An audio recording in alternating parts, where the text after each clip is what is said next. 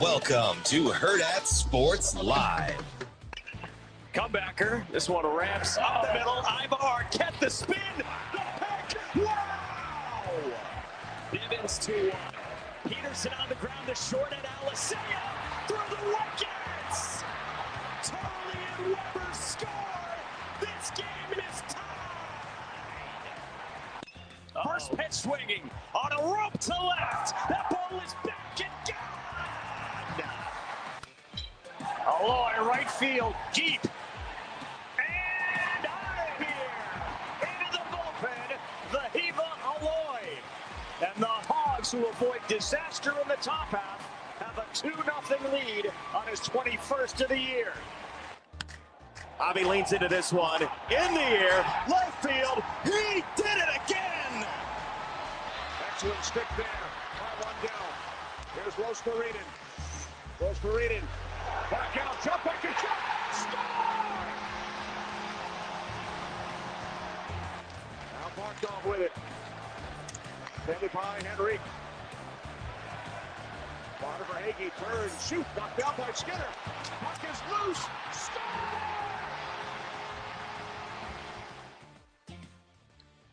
Good morning. Welcome in. Hurrdat Sports Live, presented by Centris Federal Credit Union. That's DB. I'm Ravi. Lulla here at Hurrdat Sports Bar and Grill. What's up, DB? How we doing? Oh, we're doing pretty good. Not too bad. Not too bad. No. I mean, better than the Oilers are this morning. Yeah, that fizzled in a hurry, didn't it? It really did. I think by the time that thing was all said and done, it was Florida's toughness and kind of their physicality. They can suffocate you. And now Shane may get what he wants since he's always yapping about dynasties. Although hockey's going to be tough. Well, I mean, what's more amazing, what Florida did, winning 2 in a row, or what Edmonton did, losing that many in a row? Oh, I don't know. There have been the Buffalo Bills, and Edmonton isn't quite there yet, though. So I don't know. 2 in a row. I'm not going. I mean, it's impressive. And it's 2 in a row against the same team, Yeah. which hasn't been done since, 77, Yep. 78? You stat sheet stuffer you this morning, Shane. Not too bad. Florida's really good. I'll be curious to see how they handle the off season because they have some money issues. Would you have gone back to Skinner? No, I mean, I said that earlier in the week. Like, I just don't trust that guy.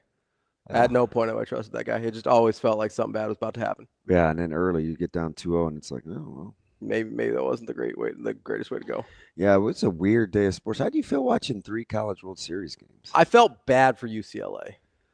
Do you feel like they earned better, or what do you mean? I just mean, obviously there was no intention for them to play twice yesterday, but if you're gonna play twice, I'd almost rather play the doubleheader because the way the games were set up, I agree with you about the time split, coming and then sitting and then going back to play. Well, especially think about what time for a 10 a.m. first pitch. Think about what time they're getting up. Yeah, right.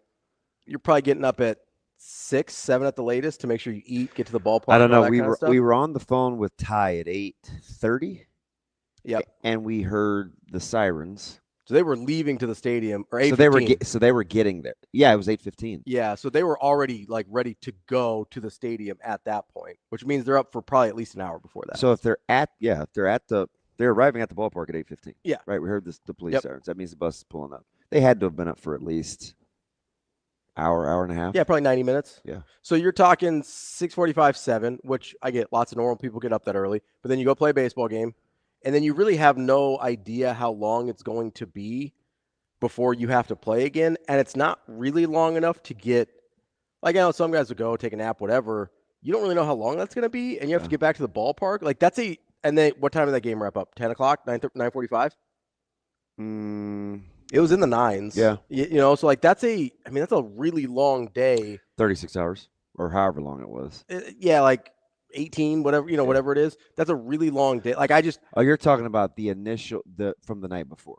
Yeah, from the night before, it's a full 24. Yeah, okay. Minimum, right? And then you've basically played 3 baseball games over a 24-hour period at that point with very kind of small split ups in between. I don't know. I had at no point going into last night's game did I think UCLA had a chance. No, and I'm okay with that. I mean, even on a much more minuscule level, Just yesterday. Oh yeah, with the 7-on-7. Right, just yesterday, and we'd kind of gotten a place, and we were going to feed the kids because we played at 10:30. You're done at 10:55. We didn't play again until 1:30. Yeah. And it's like Not really long enough to do anything. get off your feet. Let us It's hot know, out there. Let us know lettuce. Not going to sit well in your stomach. Like how to Mhm. do it. And I mean, this is just 17 to 18-year-olds, right? You want to give yourself the best chance to get back out and get warmed up. But it's like, I don't know. Managing downtime, Mhm. I can't tell you how critical It's really challenging. is. And we talk about it all the time. And I know, like, the kids probably thought I was crazy when they were younger. Like, we weren't the parents that were like, you run around. Like, if we had downtime, we were probably going back to the hotel. Mhm. Like, we didn't run around the gym and do all that. And Caleb will tell you, like, we call him right now, and he'd be like, yeah, my dad's kind of weird. Like, he'd tell me, get off your feet, go home, even if you want to, or get to the hotel, even if you want to go back home or go back to the hotel and, like, shower, start your routine over Yeah. again. Like, because that's what I would do. Yeah, that's what you do. Yeah. Right? Like, I would start my routine You like over reset again. the button. Yeah. Yeah. And I just think, it's just a little bit of a code to get by. And so I think Savage didn't make a ton of excuses, but they did. And the way the game went, what I thought about, because we were watching it with our staff before we got beat in the quarters, it was. So the first game, you mean? Yeah. Yeah. Okay. I'm like, God, how long is this game? Coach Sikora was like, they're still only in the 7th. Yeah. And it was probably, I don't know, it had to be 11:30, 11:45 maybe. Yeah. He's like, I thought this restarted in the 5th. I was like, no, I think it's the 3rd. Like, it restarted in the or it's Fourth, picked I up think. from I the think it 3rd was or the 4th. Yeah. So it's just a long game. Yeah. Well, Like, and that even that stretch took another 2:30 was long. because And- the second game started late. And so this is what I was thinking. Mhm. At what point do you pull a center? Remember when we talked? I can't remember who he was competing against in a major last year, and it was Alcaraz in center. Oh yeah, yeah, And you wanted Alcaraz to lay down. yeah, because he was down like 5-1 or something. Yeah, I was like, just knock it off. yeah, just eat it. Yeah, and he got it back to like 5-3 maybe. 5-3 or 5-4, and he still lost. Yeah, you're like, and I was like, now he doesn't have a shot. yeah. I think it was the U.S. Open last year. And I was like, you can't really concede in baseball, but at what point were you like, okay, maybe I don't put my best arm out Yeah. there, like try and get by without having to but the way the game tax yourself. the way the game's kind of unfolded. I mean, you talk about, and Kendeigh Rogers said it a couple of days ago, and he just said it real flat line, Mhm. but I got it when he goes, that's baseball, right? Yeah. And then what do you hear during one of the broadcasts? I don't know, was it Monaco? Or might have been Chris Burke. He said, man, it's just a game of managing failures. Oh yeah, yeah, And I was like, yeah. He said that a couple times I've over the said course that of the for, series.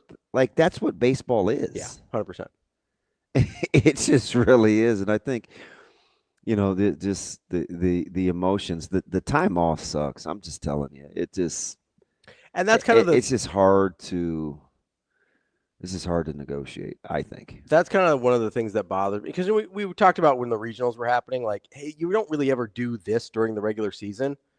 Like, they've probably never done what they did yesterday ever before. Yeah. And they had to manage it in the College World Series. Like, that kind of sucks. And I guess it's a weather thing. Nobody planned for it to happen that way. But, like, I felt bad for them. Not that there's excuses. They got the same chance Real as time, everybody did you else. get the sense that they pulled the plug early on the suspension? Or were you like, No, I mean, I think if you looked at the forecast last night, you're just like, yeah, Day this before. thing is, Monday. Yeah. You're probably just like, this thing's probably not clearing up. And you probably want to get those teams to bed as soon as possible so you Right. can so you can restart the thing in the morning. So I didn't have a problem with it. yeah. Like, not a boxing judge here. No early stoppages. It's weird. I like, kind of my big takeaway. I get the UCLA thing with kind of how the schedule broke. But the team that I felt deserved a better outcome? Oregon State. Yeah. Yeah. I felt like that team is a lot better than What we going saw. home today. Yeah. Yeah, I think that's fair. Like, just the way their games went and how I don't know. It's just, Honestly, though, like, I do have a hard time with kind of the way the last two innings played out. It's not like Louisville went out there and really just like hammered them through the wickets. Yeah. Yeah, just the way honestly, for Louisville and Oregon State. But I have a really hard time if I'm looking at Oregon State and thinking, oh, they probably should have had a better result, which for what their team is, they probably should have. But you look at them and you go, okay, they kind of shot themselves in the foot after they came back and tied it, right? Like you have the catcher's interference, you have the walk, you have the error back to the pitcher, like it's just, I have a really hard time when it's self-inflicted stuff, like mustering a lot of sympathy for the no D on that, just muster. Yeah. Having Zoe flashbacks yesterday. Go ahead. Mustering a lot of sympathy. Like I feel for the team and the fact that, the guys are heartbroken, their season's over, some of their careers are over. I feel for that still, but in the moment, I have a hard time saying, I think they deserve to win just because they really, Louisville's the same way. It could have gone either way with the Alisea stuff as well. Yeah. But like when it's that much self-inflicted, I just go, you got to kind of do better for yourself, I think. Safe to say no more dangerous one-loss team than Arkansas? Oh, yeah. God, they say it's tailor-made. They only used 3 arms yesterday. Honestly. Root goes 5. Yeah. Like. They're in great shape. For as much as for as many baseball games as they're going to have to play, a single limb, yeah, they're in great shape. And like honestly, if anybody deserved a better result, it was probably Arkansas not having to play LSU the first game. Yeah, well, you're not always going to see. Yeah, Anderson. Yeah, go do what Anderson did. Yeah, so like. If I feel bad for anybody, it's kind of Arkansas because they might be the best team in this tourney, and they just ran into a buzzsaw. Will they be favored tonight? Who's going? Because that's always especially in college, it's a crapshoot. I don't think Dave Van Horn knew last night when they asked him. They are favored tonight. Are they? What favorite would you have made Arkansas? Probably a small one. I don't know, like minus 120. Minus 130. Yeah. Just a little one. Minus 130. This is a pretty even matchup. How about that? But lose and go home. You're a slight fave. You still got to go get them again tomorrow if you win. Right? Like that's the rub right there. Like that's But they're in good shape. They are. They're in really good shape. Like you said, as good a shape as you can be, considering that you've lost a game and you're going to have to play. They're going to end up having to play, 5 games to get to the championship series? They're at 3 now, right? Yeah, so 4 or 5 if they win 4, tonight. 6, 8, 12. That's a tall task. That's basically having to navigate a regional after a loss. Yeah, but the convenient thing, you get a complete game gem. Yeah. So you don't mind your rotation is still intact. No, yeah, for all intents and purposes. Yeah, Root kind of had to flip-flop a couple times there, but hey, you use your same number of starters. You've played 3 games, but you've only used 2 starters. You've only used 2 starters. And only 2 bullpen guys. So you're in about the same pitching position as LSU.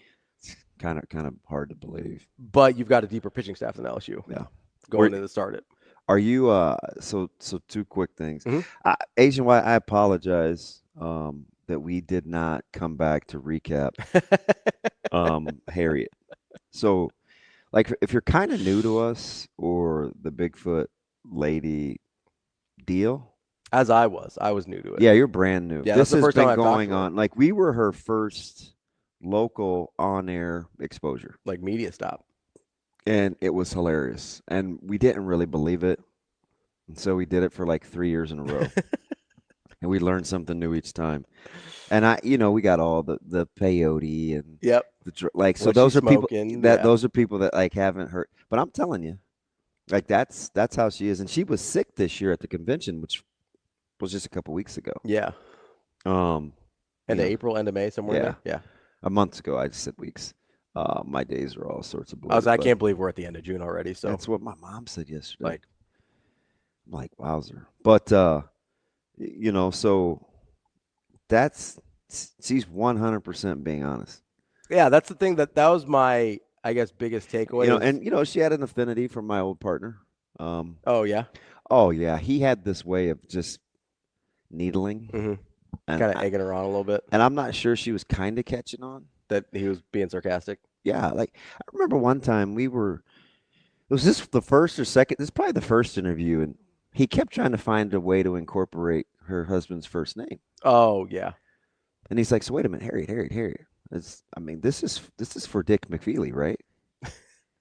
And she's like, well, yeah, and it was just it's kind of a thing, and with the babies and I kind of just wanted to get to the camera thing because I always want to know. I just want to ask her, like, why don't you just take a picture? Yeah, if they're up close. Like, just put all heads to bed, Yeah. Like, get out the window and but she's a very nice person. She did have a falling out with her partner Ken, which is really the only question she really didn't delve into. She can go into so those because we have a lot of people that go to that convention. Yeah. And he has been notoriously absent. I think the fallout was 2 years ago. Yeah. And it was kind of public. Really? I guess at the convention, yeah. So the museum is a little like, may or may not need to wash it on down. Spruce that thing up a little bit. Yeah, that thing dirty. Not wet. That thing wet. But yeah, we could not do that, Asian Wyatt, without a reset. Yeah, I mean, it was an interesting experience for me, for sure. You did all right. I tried to. I was trying to ask genuine questions, even if I might That's a great be question. a little bit of a skeptic. My mom thought was the funniest part What's that? when she was talking about the teepees and Native We Americans. kept looking at each other. And Well, she kept saying Indian, and you go, Tommy. Yeah, she thought that was funny. I just want to clarify for people. oh my goodness. I don't think the subcontinent of India is known for Bigfoots the same way that apparently Nebraska is. And Shane kept telling me, well, she wants to do this book on giants, and I was like, I need a frame of reference. But now I have a frame of. I'll say we may have a Giants book. Yeah, I wonder how long that'll take. Yeah, it sounded like she was gathering a lot of skeletons. Yeah. Weird, the lawyer in the room, TK not buying it. Well, Not meeting the burden of proof, TK? Like I said yesterday, I could easily do a Giants book, so I'm all in. Because everybody around me is a Giant. you so. big Eli Manning fan? Not so much. More of a Barry Bonds guy? Not so much. Yeah. Somebody was giving me a hard time about the O.B. McDowell reference as opposed to Barry Bonds. I wasn't going to make up a backstory like I went to see. Like I was enamored with Bonds back then. I wasn't. I picked the cool name and the little black guy. Like that year that you went was better than Bonds in college. Yeah, he was incredible. He was. Higher average, more homers. Like he was really, really good. Bonds was great the next yes. year. I mean, O.B. McDowell won the Golden Spikes Award that year. He was the best player in college baseball. Yeah. So that's not an absurd. With a cool name. Yeah. But you can't. And I know the year before that, I got a chance to see Clemens too. Like I was all in on baseball early. Yeah. I wasn't really seeing football like that. Yeah. We had to rotate if people wanted to go because my parents had season tickets for so long for football. So by 83, I'd probably seen, I don't know, 5 or 6 Nebraska games live in my first 6-7 years. Yeah. We got to they let us go to a lot of scrimmages. I got the black and white photo with Roger Craig at a practice where he let me put his helmet on. And I mean, I'm this buck-toothed, raggedy-looking little kid. But I wasn't in love with football yet like I was in love with baseball, which is still the conflict. I was going to say, you still have a little bit of a conflict between which one you like more. Oh, yeah. And maybe it's seasonal, but it's funny because, I mean, people that know. But even like Jess the other day was, I don't know if they were listening to the show or not. She's like, you know what? Like, I don't know why we don't have you do more baseball stuff. I'm like, I don't know. You're like, I don't know either. I mean, whatever, but. I mean, I've only broadcast the College World Series. No big deal. But I just, I mean, and she's kind of transplant, right? Not familiar with the history. But I run into more people in the last handful of years that either don't know. I was going to give you a Boys in the Hood line. Don't know, don't show, don't care about what's going on in the hood. And I'm like Midtown over off Maple Village. Really more of a menace to society guy myself. Yeah, you gonna eat that cheeseburger? Believe me, I felt like going, oh, dogs. It seemed to me back in like early 80s that baseball was bigger than football. Man, you're coming off such a fantastic decade in the 70s, Liquid. Baseball was definitely bigger than it is now. I don't know if it was bigger than football. It was probably close. We had Twib notes, and I mean, baseball. I loved This Week in Baseball. It seemed like everybody loved baseball back then, though. Yeah. Well, that's how. Baseball was way more popular than it is today in the 70s and 80s. You know how your comic book guy, you know how Randy got started, right? He's a huge baseball card guy. Baseball cards? So from baseball, he got into this collections. So he collects Star Wars figures, he collected baseball cards, and it went to comic books. Like, I mean, I've known that dude his whole life. He's collected from the jump. So I think baseball, and that was in the 80s. I mean, he would walk over, we would trade. I mean, he hustled me out of all my good cards. He was getting like Mattingly rookie cards for like 50 cents. And I could never figure out how he made all his money. I'm pretty sure he was a paper route guy. That sounds familiar. I mean, even like his 11 or 12-year-old, it seemed like he was papered up. Just I'm like, hustling. yeah. Yeah. And to this day, he's still really good with money. To this day?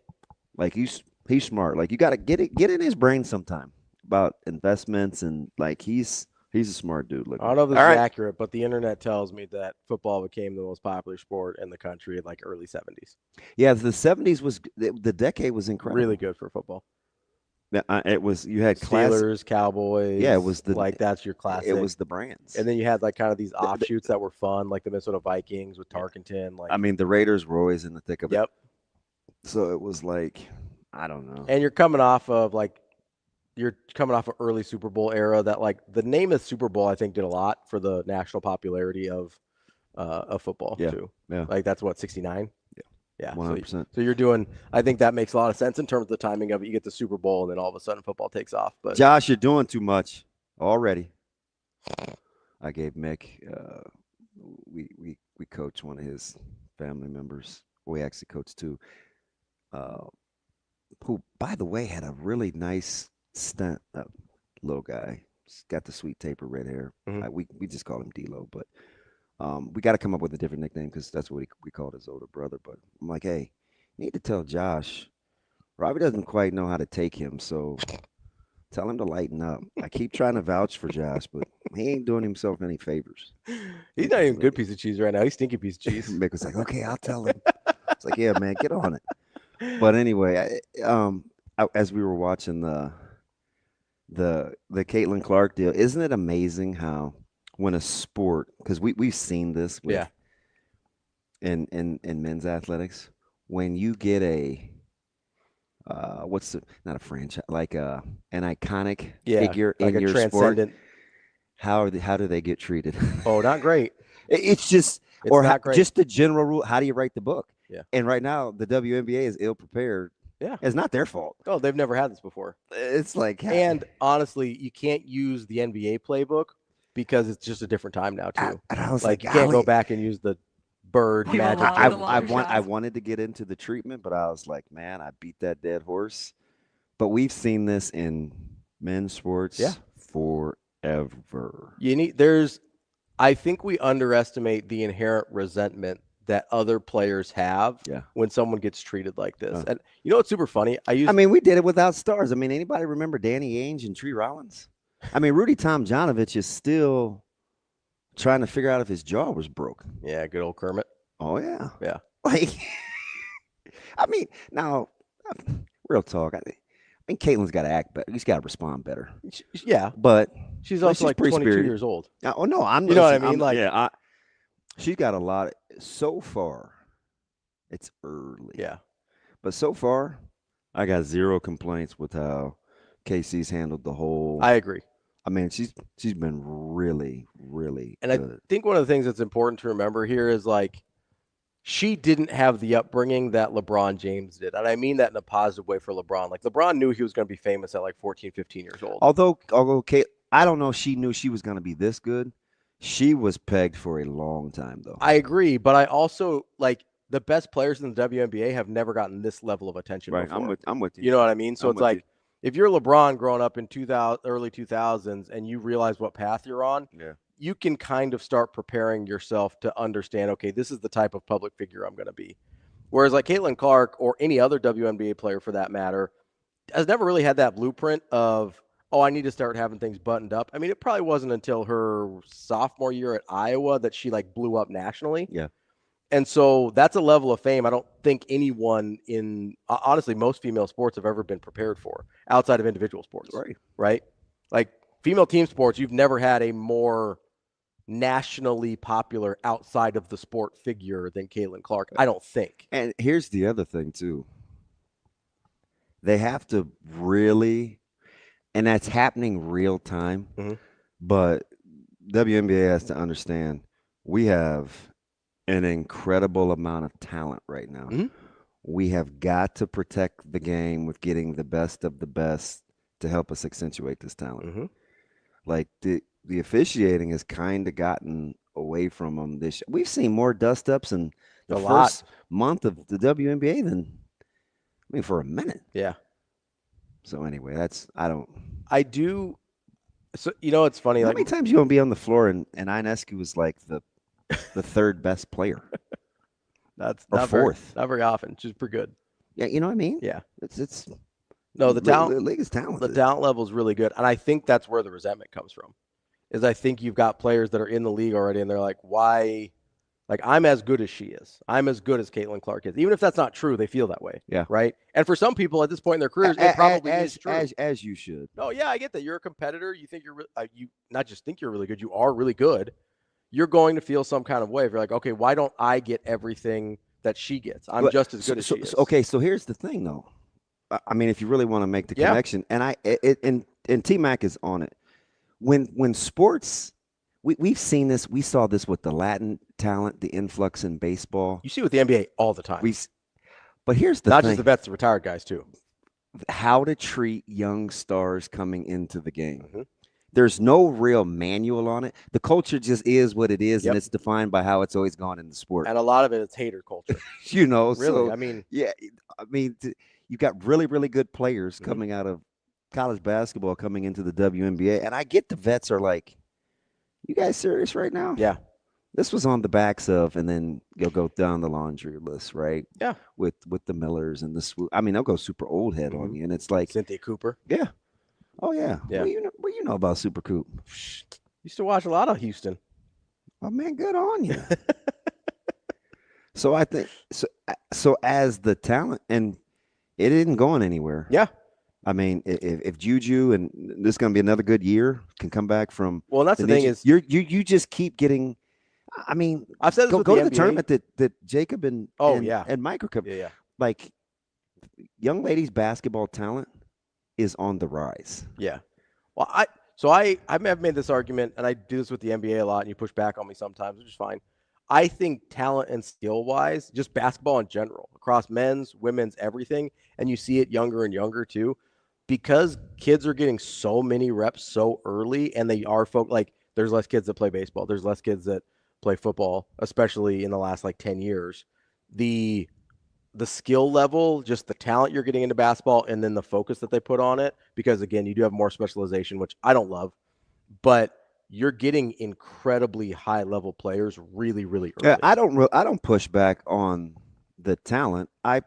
There's push back on the product. There's no real pushback outside of the game is played vastly different. It is.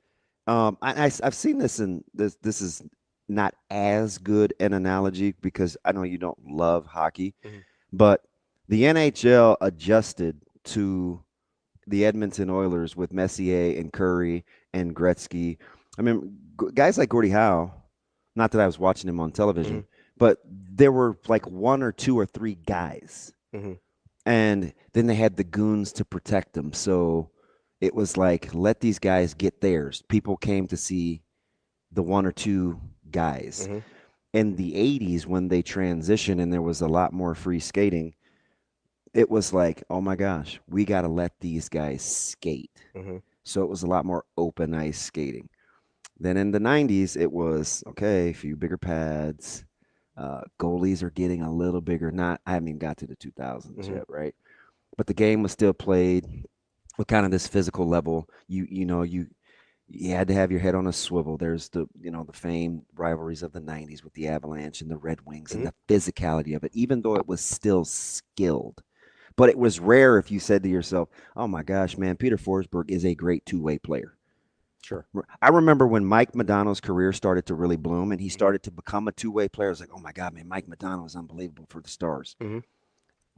Now it's to the point where, and New Jersey was like winning cups with like this trapping style. It was Yeah. ugly. Yeah.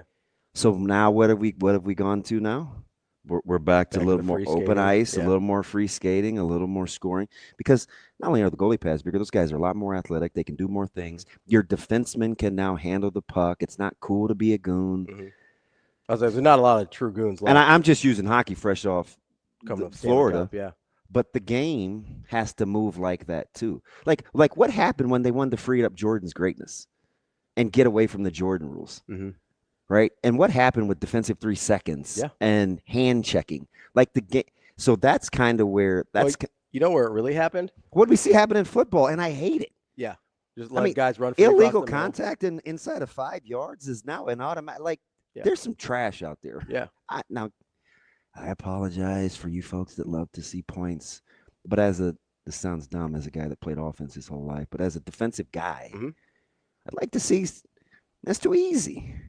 Yeah, I mean, I think. Although I did see a great interview, big interview guy with Cooper Kupp. Oh, okay. Talking about the evolution of offense and how defenses are now catching up again, which is why we've seen it kind of slow down. He walked us through it. He's like, when he started with, he's like, 17, 18, 19. McVay was a cheat code. Yeah. He's like, nobody knew what we were doing. And then he talked about kind of this evolution of what defenses are doing now, what kind of umbrella coverages and matching and, well, and that's why you've seen, taking away certain concepts like the ingenuity of it all. And I was like, this is flipping fantastic, Cooper. And you already know how he talks. I would argue that's why you've seen a return back with some of these coaches to more the ground game, right? Yeah. Like that's why I've sort of been on this running back kick the last. It's a lot easier to remove 268-pound D tackles than it is to to try pass and pass protect against him, right? Yeah. Because you got now all of a sudden you've got 80 to 100 pounds on this guy, and you're like, oh, I've got an advantage here, right? Like that's an umbrella coverage. You got a lot of guys a long way from the line of scrimmage, right? So you go, well, okay, well, I've got Saquon Barkley, or I've got Derrick Henry, or I'm John Harbaugh. I just drafted Hampton because I like my run game fits, and I just won a national championship like this, beating Ohio State in the head, playing this way. Like, I think you're like the games do sort of, as you were describing hockey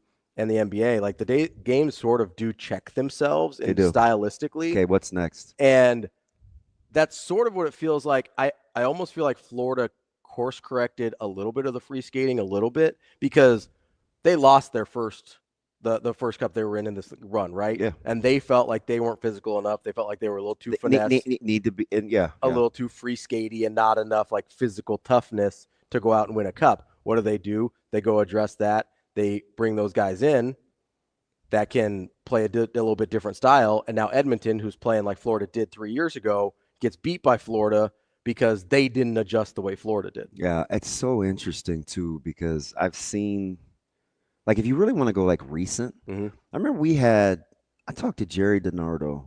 This was probably, 35, 40 minutes. And we kept talking about the misuse of the term spread. And he's like, the misconception is people think when you get in the shotgun, you automatically lose a little bit of physicality. And he was lamenting over Urban Meyer and why he was ahead of the game with power spread concepts and QB running game and still doubling at the point of attack and kickouts and allowing your quarterback to be a third runner. I was like, whoa, hold on, time out. DiNardo. There was this one team in 97 that would occasionally use Amon Green as a lead blocker and run their QB with power spread. Yeah. We saw counter trap. We saw blast. Nebraska could run ISO out of the gun, right? So it's just interesting how the game, it does correct. So what did people try to replicate? Power spread, right? The power spread. The zone read stuff. The zone read, right, with Mariota and the flash and dash. Now, well, you saw different variations of it too. Oregon wasn't as physical. Although I would argue. So then we see a team like Auburn, right? I would argue, because I was going to bring up Oregon. Early Oregon was way more physical. Oh yeah, like the Jeremiah Masoli Oregon was hyper physical. Yeah, no, I'm with you. Right, and then they started to go.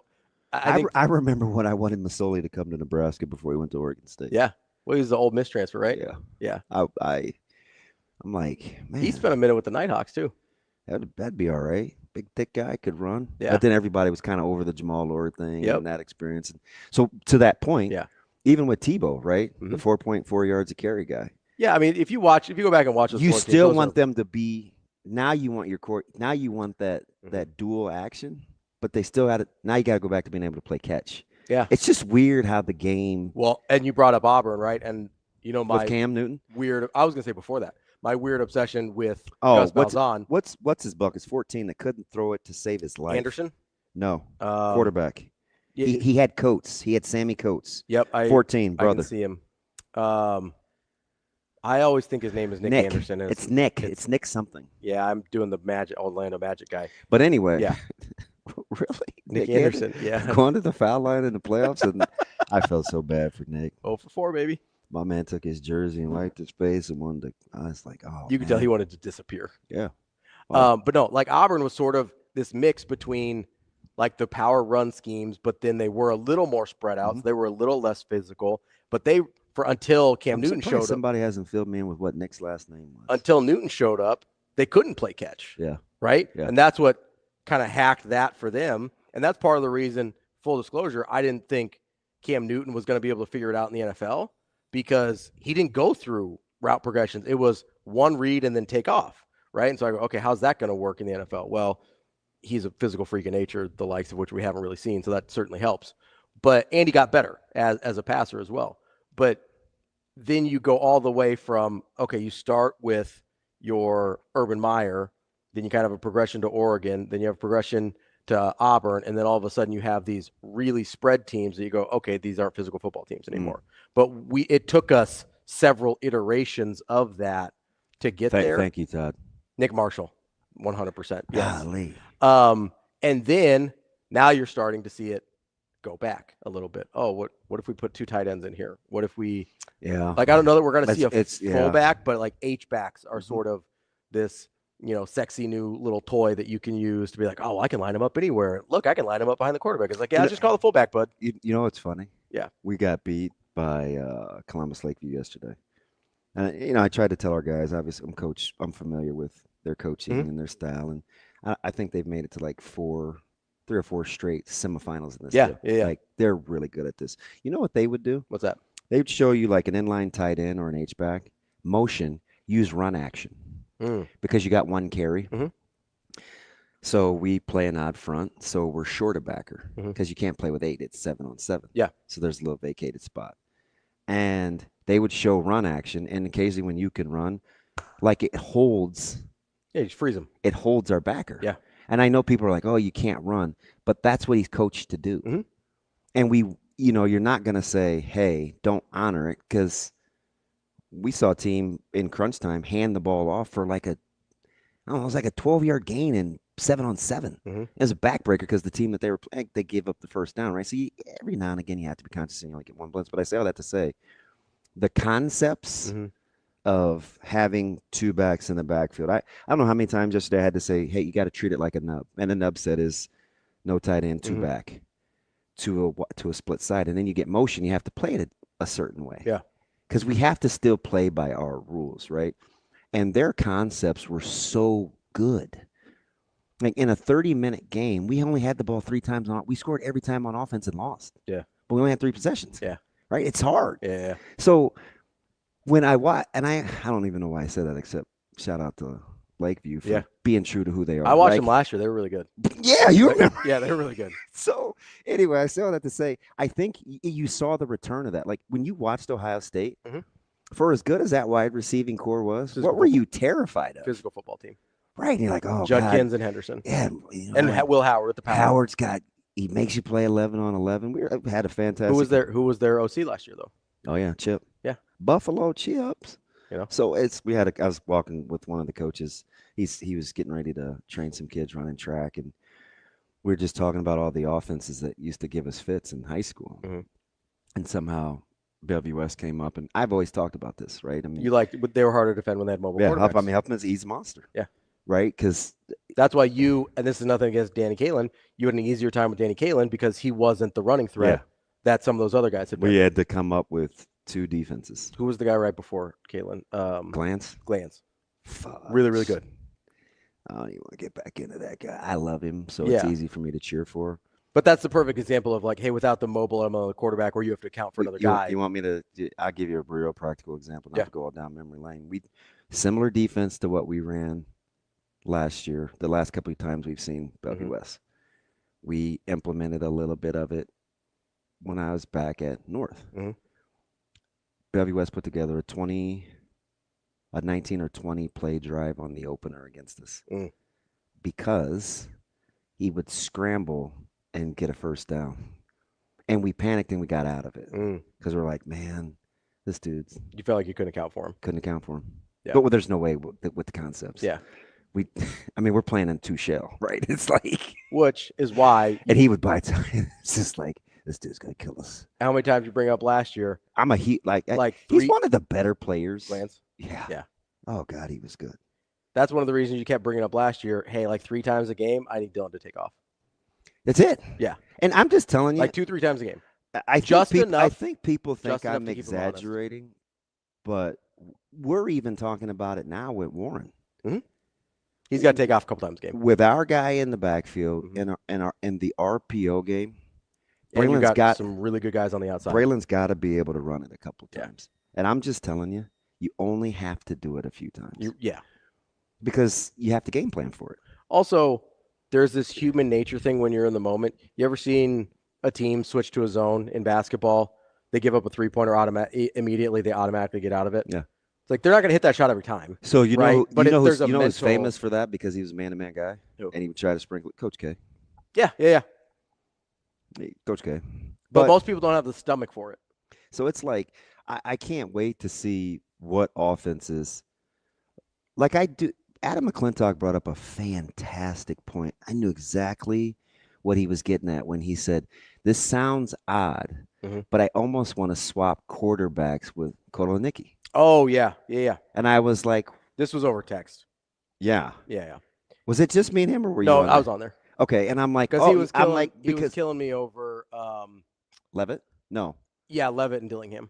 Yeah. But before that, you were talking about Kotelnicki versus being with Drew Aller. Yes. And how Aller is kind of a guy that isn't really into the improv game. He is rhythm.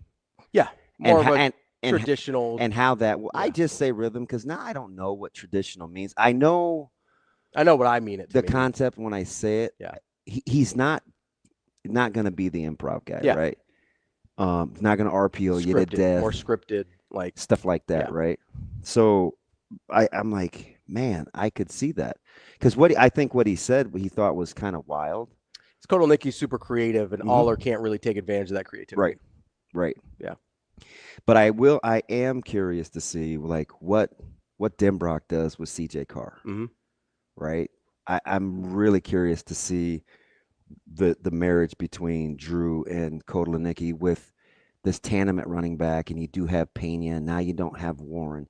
I'm very curious to see how Ohio State wants to move the ball because we sleep on because they got a couple of linemen banged up. They were so physical up front on that O-line, and we kind of slept on it. Yeah. No, that's fair. Because they lost a pair. Yeah. But it's like with Nebraska. Why do I think the tight end room is going to be important? Because they can be multiple. You can absolutely be multiple if your guys are going to be willing inline blockers. Because you know what's hard? Yeah. Is 12 personnel. Anything with one back, 2 tight ends that keeps you honest. I mean, it's a true 50-50 formation. So I think what's really interesting with Nebraska. And that doesn't mean they always have to line up as inline blocking guys. I'm just saying. Well, so that's what I was just going to get to, right? One of the interesting things about Nebraska in their 12 personnel is Heinrich Harburg. That's a guy you could line up in a lot of different spots that can do a lot of different things. That I know this is an easy frame of reference for me, but it's like when the 49ers would have Kittle, Juszczyk, and Debo kind of in the same backfield. You wonder why it was so good. And you go, I don't know who's going to get the ball. I don't know how they're going to get the ball. It's not who. It's the how. How, yeah. Are they going to power me? Yeah. Is this run action? You still have RPO live, and you're using Debo as a running back. As a running back. Yeah. Like so now you have to worry about him out of the backfield as much as they had McCaffrey, who's incredible. out of the And backfield, with Kittle and Juszczyk, yeah, you could still pin pull, you could gap, because those guys are willing inline or blockers. you could traditionally zone. Yeah, like people are like, oh man, look at the 49ers run concepts. Check, but look at the versatility of who's running. Yeah. Not everybody has a Juszczyk and a kid. Yeah, like, but Nebraska kind of does. Not the same guys, but they have versatility at positions. Look no further than why Lyndon Meyer was open against Illinois. Yeah. I mean, he's open because you game plan exactly personnel a certain way, right? And he hadn't even become the pass catcher yet. I mean, Nebraska knew he was going to eventually be that guy. Yeah. But nobody could be that guy, but not in game, whatever that was. 4 or 5, whatever. So, like, some of that stuff matters. I'm captivated because they're just these concepts now that are super copycat. These over routes and now that a lot more people are playing defense a certain way, late shows, and it's one of the things I loved about Ohio State. I think I was videoing it during the game, or was it Notre Dame?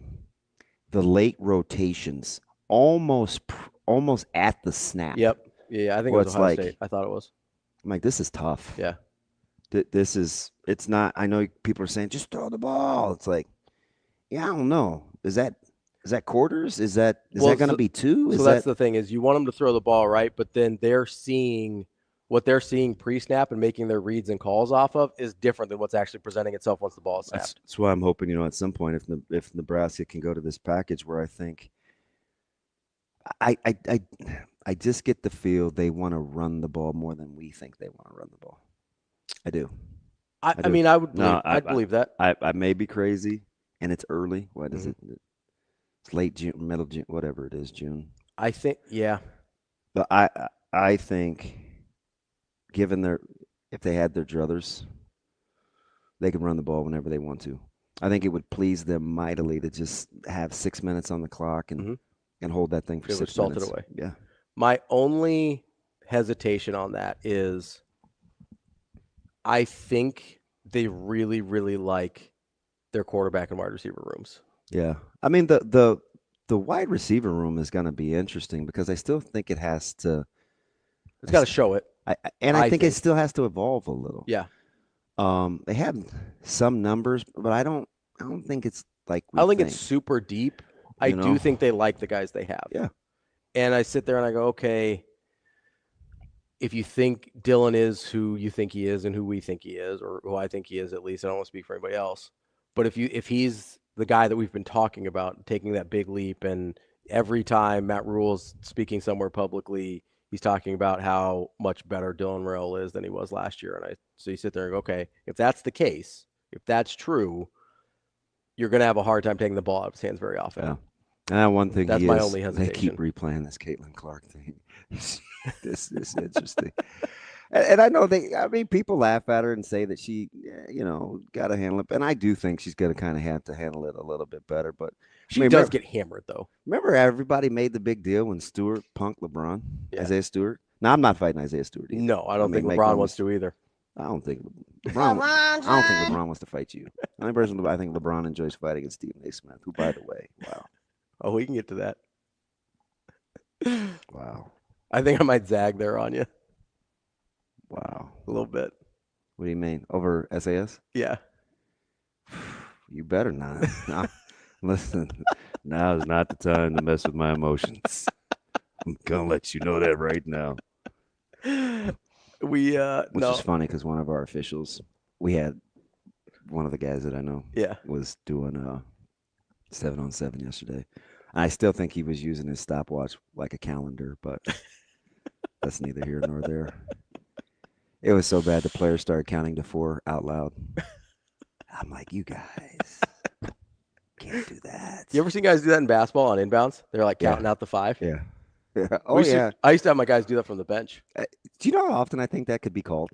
Oh, constantly. Way more than it is. They really do not want to call it. It's like when you watch football and you let the play clock go to 0 and they walk you through what the second of the whole energy of going to 1 to 0 really means in real time. And it's like, you have to wait a full beat after it hits 0 because it's not actually on 0 yet.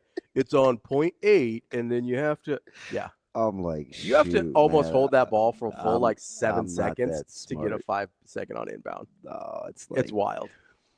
yeah, I don't know, man. We got to get to take a break. Yeah, I suppose we better get to recruiting. We'll get some recruiting. Well, we got Brian Christopherson coming up, so we'll have some recruiting conversations with BC Husker 24/7. 8:30, we'll talk to Andy Kendeigh, KETV. Did we just blew through the whole first hour again? Yeah, well, mostly, yeah. Hey, can I? Hey, good, Scott, I'm with you. We're gonna get to that. What have we heard about Mac Markway? When that guy gets healthy, yeah, watch out. I've said this from the jump, and I think people think it's because I like Satterfield in the tight ends room. That's one room I do not worry about. I'll bring up tight ends every chance I get. And you're always like, that's gonna be a good room. And it's the only other room besides running backs that guys have gotten better. The guys always have gotten better. I would make an argument for the offensive line, but there's a couple outliers. I'm not gonna fight you over O-line, but I do think the center spot needed some evaluating at some times last year. I would agree. With more guys in the room in more different spots, I'm going to give them a little bit of leeway. I won't fight you over that. We've got Brian Christopherson coming up next year on Hurrdat Sports Live. I'm Ravi, Lulla. I'm Kenny Bell. We're here from Hurrdat Sports. Don't worry, Metro Transit has you covered right here on the ballpark bus. Gonna run from right here down by the stadium, north of downtown, all the way up to Dodge Street, making a circle to drop you off wherever you need to go. Oh, beautiful. So what's it cost? It is free. It runs every 10 minutes, and it'll run almost all day until an hour after the last game. Or Kenny, if you're like me, you don't want to deal with driving downtown at all, Metro Transit has you covered there too. You can park out at Westroads for free and get a ride downtown through Orbit. That's right. They added an extra Orbit stop at 10th and Capitol, only $1.25. Fills up after the game, quick, nice service, right back out to Westroads. $250 round trip, can't beat it. And free parking? You kidding me? Plan your trip or track your bus at myride.ometro.com. Or download the MyRide OMA app.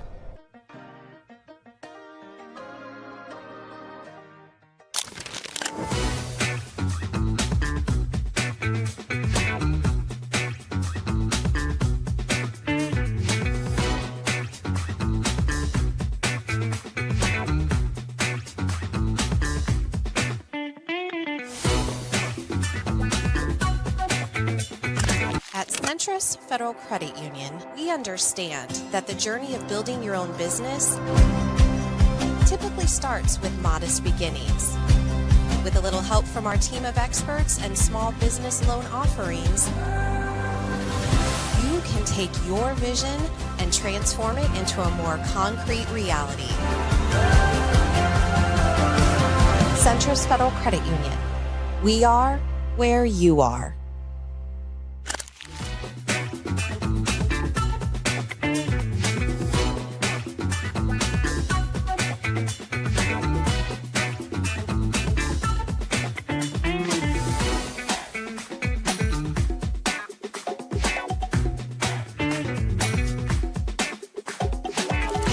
What were the emotions for you watching that walk up by Eddie King Jr.? Well, they were amazing. After getting the bunt down, I knew it was going to be a hard team to beat, especially with Monroe coming up, who's one of our best hitters, and then you got Eddie right behind him. That's a 1-2 punch that's really hard to beat. How about the roller coaster of emotions throughout this game, especially in that ninth inning? Yeah, definitely. It was a lot of roller coasters. I mean, we gave up a few runs, but we also got out of a huge momentum swing at top of the ninth with Tucker getting that strikeout, and so us getting back into it was huge.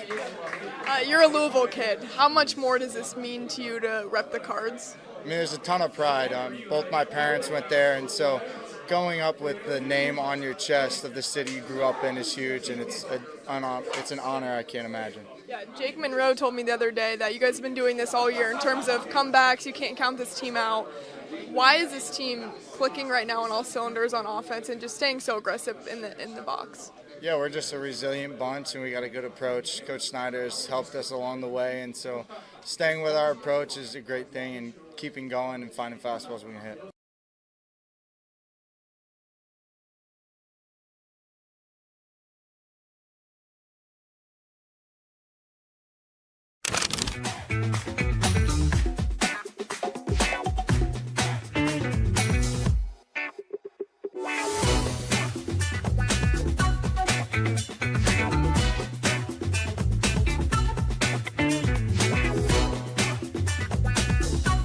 Give me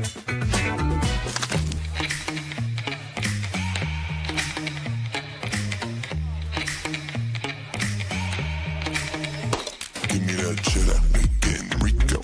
Big bunny rolls like burritos. Give me that hot sauce, no pico. Give me that.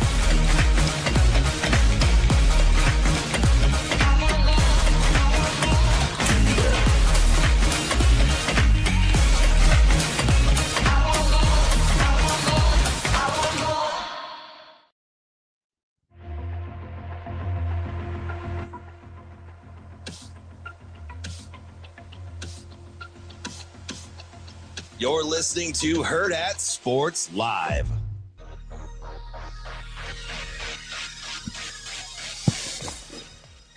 Welcome back, Hurrdat Sports Live, presented by Century Pat Federal myself Credit up. Union. That's DB. I'm Ravi. Lulla. My bad. I missed you. There we go.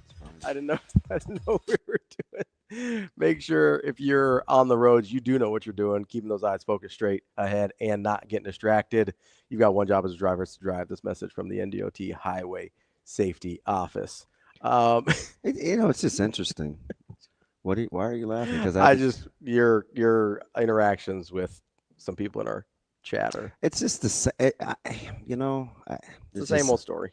Well, it's just some things. It's like when people make a conscious effort to dig in over something, There's not a lot you can do. Like it's logic just, and it's reason just aren't gonna go hard to away. rationalize with irrational. Like Yeah. with there's not one running back, not one, that is worse since they got to campus. Yeah. Not one. Now, if you want to talk about production, individual game results, things like that, we're having a different conversation. Not one. I'm Yeah. talking to development, right? Because that From was the time they get here until the time they leave. Yeah. So I mean, and the argument against it was Dowdell, right? Because he ends up getting less playing time when Dana shows up. But do we not remember what Dowdell looked like in the spring or when he got here before spring? Like that was no, Game Dog. I'm not making an effort to dig in. I'm not letting you move the goalposts. The goalpost is about development, not coaching player choice. Correct. Can't wiggle your way out of that one. Like that's a different thing. Yeah. It just is. And somehow miraculously, even with the pared down run game and concepts, which Coach Holgerson should get a tremendous amount of credit for, somebody still had to be getting EJ ready to go on the fly. Yeah. Like, how is that guy still prepared to play? Yeah. Emmett? Yeah. Right away. Good to go. Oh. Also, we act like, and I don't know if this isn't really his argument because his is different, but we act like development happens at the same rate. Like everybody can be getting better and one guy can be getting better faster and pass another guy. That's a real thing that can happen, right? It's not always one guy. It's not a zero-sum game. Not one guy goes up, the other guy goes down. That's not how it works. I got an idea for a guy that I think is going to move to the – Like make a move? Like move, change rooms. Oh, okay. And we're going to revisit this development conversation. Okay. The free world is going to be floored. I mean, what are we going to do if what are we going to do with Mekhi Nelson if he's good this year? Yeah, I mean that's one. But yeah, I mean, and situation like and Mekhi's deal is going to be like getting his body prepared to play. Yeah, because he's not huge. No, he's and I shouldn't even say he's slight because he's yoked for his. He doesn't have a huge frame. He's just he's smaller in stature. Yeah, but that I think the running back room is going to have some moves. Yeah, I do. I don't foresee the depth chart as it ended in spring going to be how it ends, or how it shakes out in the fall. Yeah. I do like that room. I like the tight end room. Somebody brought up Mac Markway in the chat. Yeah, he's going to be interesting. I think so. There's two guys you're waiting on, actually three, because I think from a development standpoint, they do a few different things because Ingerson is more the traditional. Yeah, big 6'7", your Borkature type mover, mean guy. Yeah. Markway's got that versatility. You're gonna figure out how you want to use Carter Nelson as he continues to grow. Is he gonna be an inline guy? Well, you want to use him as an inline guy. You're gonna put him on the move, matchway. I'm thinking Markway, matchway. And then you've got Lindenmeyer, you've got Bonner.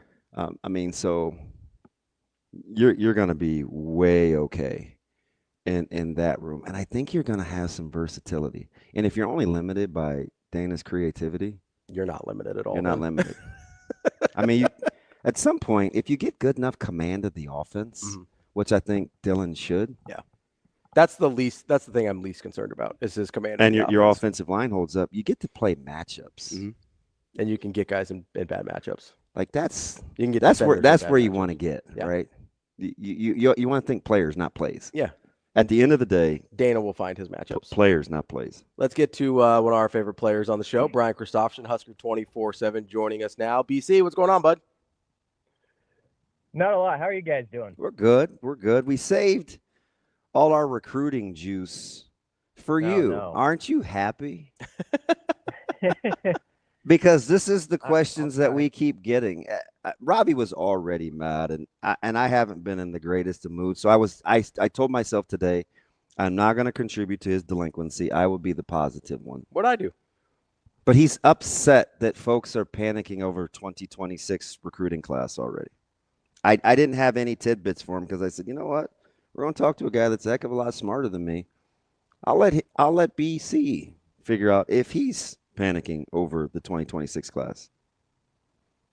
I'm not panicking. As you guys know, I'm pretty good at sitting on the fence on things, and this would be one where I'll just sit on that middle ground with it. I mean, I understand where there's a little bit of like, oh man, it's getting into June a decent ways, and they're ranked 74th and all that. But I also don't know if I'm looking at the rankings quite the same way this year as in past years, and part of that is I'm still kind of figuring out like how like your natural recruiting class can be complemented by sort of what you supplement it with in December with some extra pieces and how that all fits together. And so it's not as easy for me as it used to be when we just basically had the class, and that's how you judged how the roster was put together.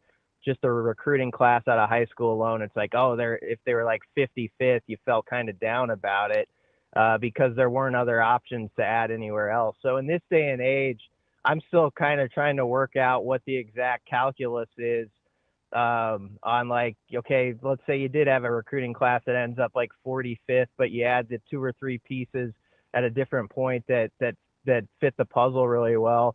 Well, then you're fine. So that's where I'm at with it. And there's still time to go. Obviously, they've got a big weekend ahead with 8 or 9 guys I think are coming in at this point. We'll see if that's always fluid, but I like the list. I think there's a couple from the last weekend still that visited that could be added to the commit list. So I would tell people, and it's not the popular answer, just have a little patience with it, and let's see where we are in like a couple weeks, and then we'll have a little more information, and then you go from there. Let me ask you something, BC. How do I want to ask this without it being a leading question? Nebraska has a really young roster. Okay. Exactly. Between freshmen, redshirt freshmen, and however you want to classify the sophomore class in terms of rosters. How do you think that affects not only Nebraska's how they value this year's high school class or what they think they need to do with this year's high school class, but what this high school class thinks when they see the youth on the roster? Yeah, that's not a leading question. That's a big part of like I think what's going on. I know when Rule did an interview earlier this spring and talked about recruiting in this climate, I think he used the number at that time, and maybe it shifted, like you'd like to get about 15 out of high school in each class in this day and age. So we've already dropped the number maybe from what it used to be, where, we were at one point when I started doing this, we were talking about like classes of 25 or at least 20 people. Well, it was already down to 15. And then you, I think, bring up a good point. This is a really young roster. And the last thing you want to do, first off, as a coaching staff, is force guys, just force it into when you're working to a 105 where you're like, we're going to try to make this fit, but we're not quite sure about it. Anybody that is committing or joining your class, I think especially now you have to feel really strongly like this is a guy we truly believe it can develop within this, and can do it as a guy who loves football. He's just going to commit fully toward the process of being a good player. And then I think the other part of it is, yeah, there are probably some recruits here and there that might look at it and be like, they do have a lot of young guys who really study their roster. And maybe that factors into their opinion a little bit. But I would tell people it was going to be a smaller class to begin with. We got to get a little bit more used to that. And also let's see how it plays out with these last, couple weeks of June too, because it could fill in a lot more toward sort of the whole of the pie as they want it. We're talking with Brian Christopherson, Husker 24/7. BC, as you kind of look at the way this is playing out, you mentioned this a little bit, but if you're taking a smaller class, I mean, I think we're looking at like 12, somewhere in that range. I think it is probably exactly. down from the 15 even that we were talking about or whenever Coach Rule was talking about the 15 in the spring or whatever. But like if you're talking about 10, 12, 14 guys, whatever the number is, like your ceiling is already 40th or 50th in the country, just based on quantity and what other people are going to do. And historically, that speaking is kind of what I'm looking at from your guys' team rankings. So if we're not looking at to overall team rankings, because it doesn't really make sense when you're not considering quantity. And I think there is some hesitancy, at least from DB and myself, to rely too heavily on rankings when you're talking about a high 3 versus a low 4, because that can basically be insignificant in terms of the difference. How are you sort of evaluating what this class ends up being when you're looking at guys? Do you just really have to dive into the tape on like an individual basis, or how are you going about that? Yeah, and also just like who this staff, you get a sense as the recruiting process goes along, like who the staff is really invested in or maybe has near the top of their board. And I think this is a staff, I usually give them the benefit of the doubt. You want a good example, CJ Brownell, would be that of somebody that they were in on very quickly. And then the in-state schools really turned up the heat. And of course, now he's decommitted and we'll see where he ends up. As story goes, he may go right back to check out Florida again too, because he didn't love it the first time, but even they've circled back. Yeah, I think some of our Florida guys think they got a good shot at him, so we'll see where that ends up. But he's a good example of this staff. Why I do give them the benefit of the doubt with evaluations. I think they've proven that they are pretty good at figuring out traits and what works for them. So to Ravi's question, I kind of like try to figure out, okay, who's near the top of their board at certain positions, and are they winning those head-to-heads for the most part, or are they right there? And so that's how I guess, and then you dive into the film, of course, and see what you like and you don't like as much as you can. I always consider myself still a layperson. I don't try to talk X's and O's over everybody because I'm not capable of it. But there's stuff on film you like with some guys and stuff you're like, I'm not quite as sure about him. But I do think this staff is very good about the groundwork part of figuring out this guy has the traits. We think that he can be a top level player. And as Rule has said, they're not going to go after somebody if they don't think that person actually has the capability down the line to be like an NFL type player. So they're not going to worry about what our rankings are on a guy or if he's rated at all. If they feel like he has the right, ingredients, that they feel like they have enough, of a spreadsheet on how they want to do it, that they're going to trust that. And I think they are pretty good at that. So I tend to give them the benefit of the doubt with those player evals. And then you see if they can win it when it gets down to 2 or 3 teams that are in the hunt. It's interesting, BC, because I think, Nebraska's been bitten by this a ton where, Kelvin Obit, the list goes on and on, Noah Carpenter, Brownell, I mean, just run them on down, right? Where Nebraska's early, whatever happens, and, you'll get the pushback, well, Nebraska's got to land some of these guys. And I'm like, well, no bleep, right? It's like but you can't change how you do business. The only thing that you can hang around on is your process and your eval, and then hope you win enough games where at some point, if Nebraska's got 9 or 10 wins, then you probably do get a David Sanders, right? If Nebraska wins 9 games this year, and you go back to recruit CJ a year from now, he could say yes a lot quicker, or however that works. BC, don't you think Nebraska operates well within the confines of knowing that they have to win in order to close the door on some of these guys? And if they do know that, should they be deterred from trying?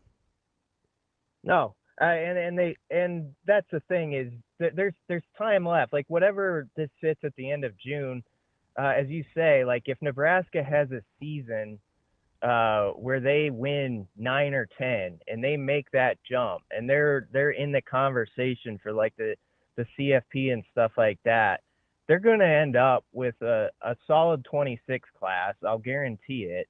Of what they want. Maybe it's smaller a little bit than we're used to because of just the framework of what we're dealing with now. But it'll be a solid class. And the biggest thing I've taken from this June also is if they can hit at a high clip with what we might consider some under the radar guys or however we're describing this 26 class, they are, I think, further along with 27 and 28 than I remember. I will say that. I agree. Yeah, with Nebraska being with other classes like 2 or 3 cycles down the road. And a big part of that was that first weekend. You go back to the 7v7 showcase, the Huddle Futures Forum.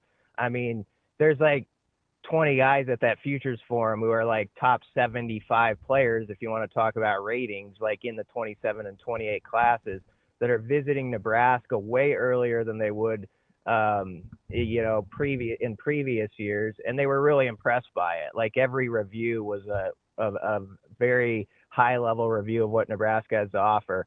And so if you have that in those kids' brain already and you make the jump this year, I think that's a nice combination that's going to bode well for them. So much of this does come back to now. I think as we are in year 3 of Rule, like get a couple more results that you want in the win column, and I think kids are going to notice that. And I think there's also some good peer recruiting going on where they're being told like you got to check this place out. It's not exactly what you think, and once they get here, it does tend to leave an impression. So. I'm not panicked by where it's at. I am understanding of the fact that some people, this isn't like, at June when you only have 5 commits and it's not how maybe you've seen it some years, you're a little nervous, and that's fine. But I would tell people to let it play out a little bit. Yeah, BC, I think it's interesting. Is this too myopic to think, especially as you look at the youth? Ravi's counted, I don't know how many times, of the total roster spots and the lack of seniors and juniors. It's a young roster. And if Nebraska plays well, they don't really have, they can continue to use the portal to supplement and not supplant, because that would mean that their development plan is working, as is their talent eval. If the season doesn't go the way that they want it to, then you could probably see them hitting the portal for more immediate help. Flawed at all? Or that's got to be how they do it based on how this roster's built. It just looks like they have a plan. Now they just have to put it in place. No, you explained it really well there. And that's why, I don't sit with too big of an opinion on where the recruiting ranking is right now or that. Because your point and Ravi's point, one, it's not going to be a bigger class.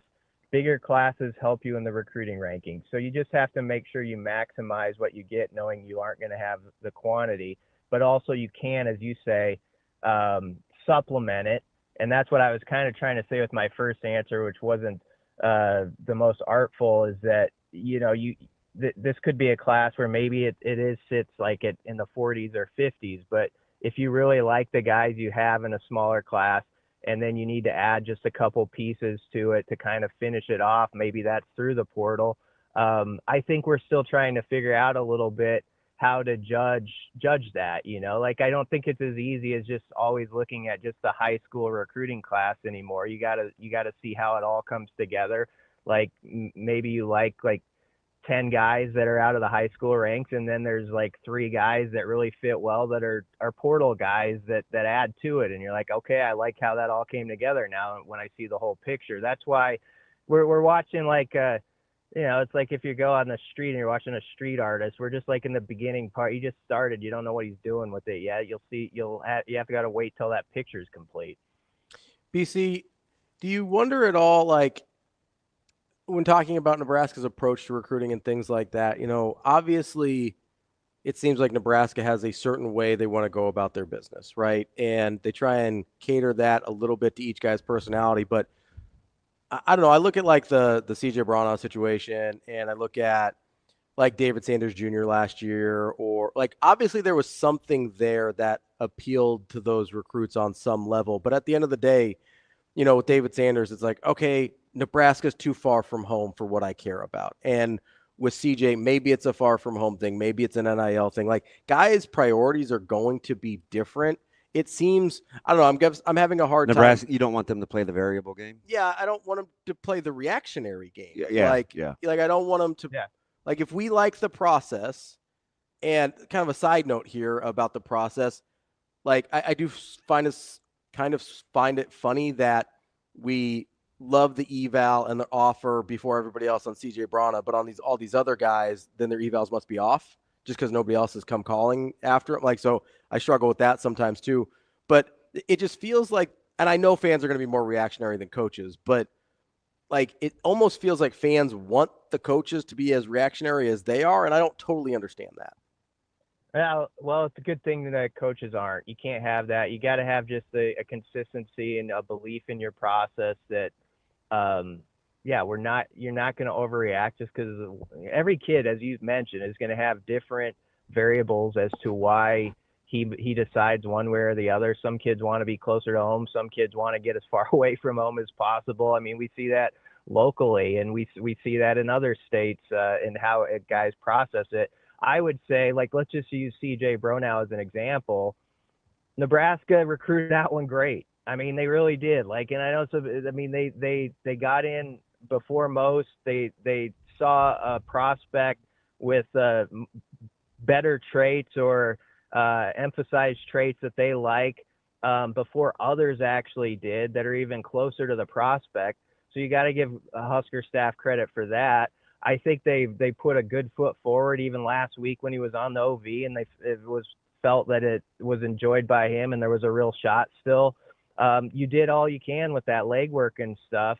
And sometimes it goes the other way on you, but that doesn't mean you throw your hands up, say, oh, we got to readjust. It's one kid's decision, and you wish him well, and you never know what can come back around again too, right? I mean, in this day and age, so you always want to maintain those relationships because sometimes you get a second crack at guys. So I think just using him as an example, it kind of stings that that one went against Nebraska, but that's an example, actually. He's a good example of how you want to do it, and you just keep doing it, and some of them are going to fall your way, and so that's what I think about it. Yeah, it's just funny whether we're getting Florida State commits to come visit, or Nayland Scott's coming back around, Cooper coming back around. It's the recruiting, we're so fickle with it.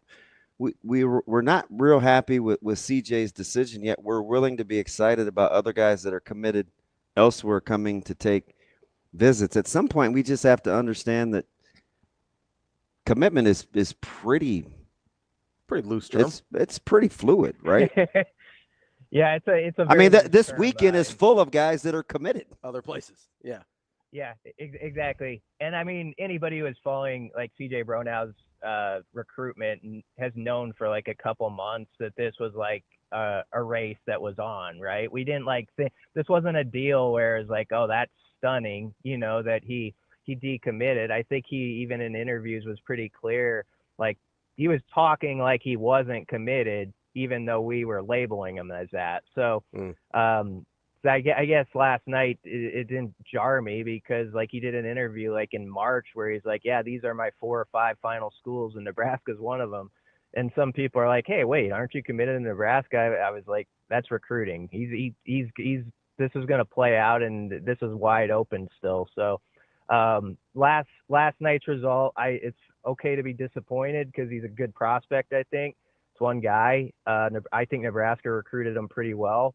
You take that and you go forward. And like you said, Damon, there's a bunch of guys visiting that other schools are trying to hang on to. I mean, and there was a good recruiter. I mean, Florida's got Larry Miles. Arizona State's got Scott. Cooper's commit. Yeah, I mean, Zion Robinson is a good player that popped in the other day that visiting, and I just think it's a nice little surprise.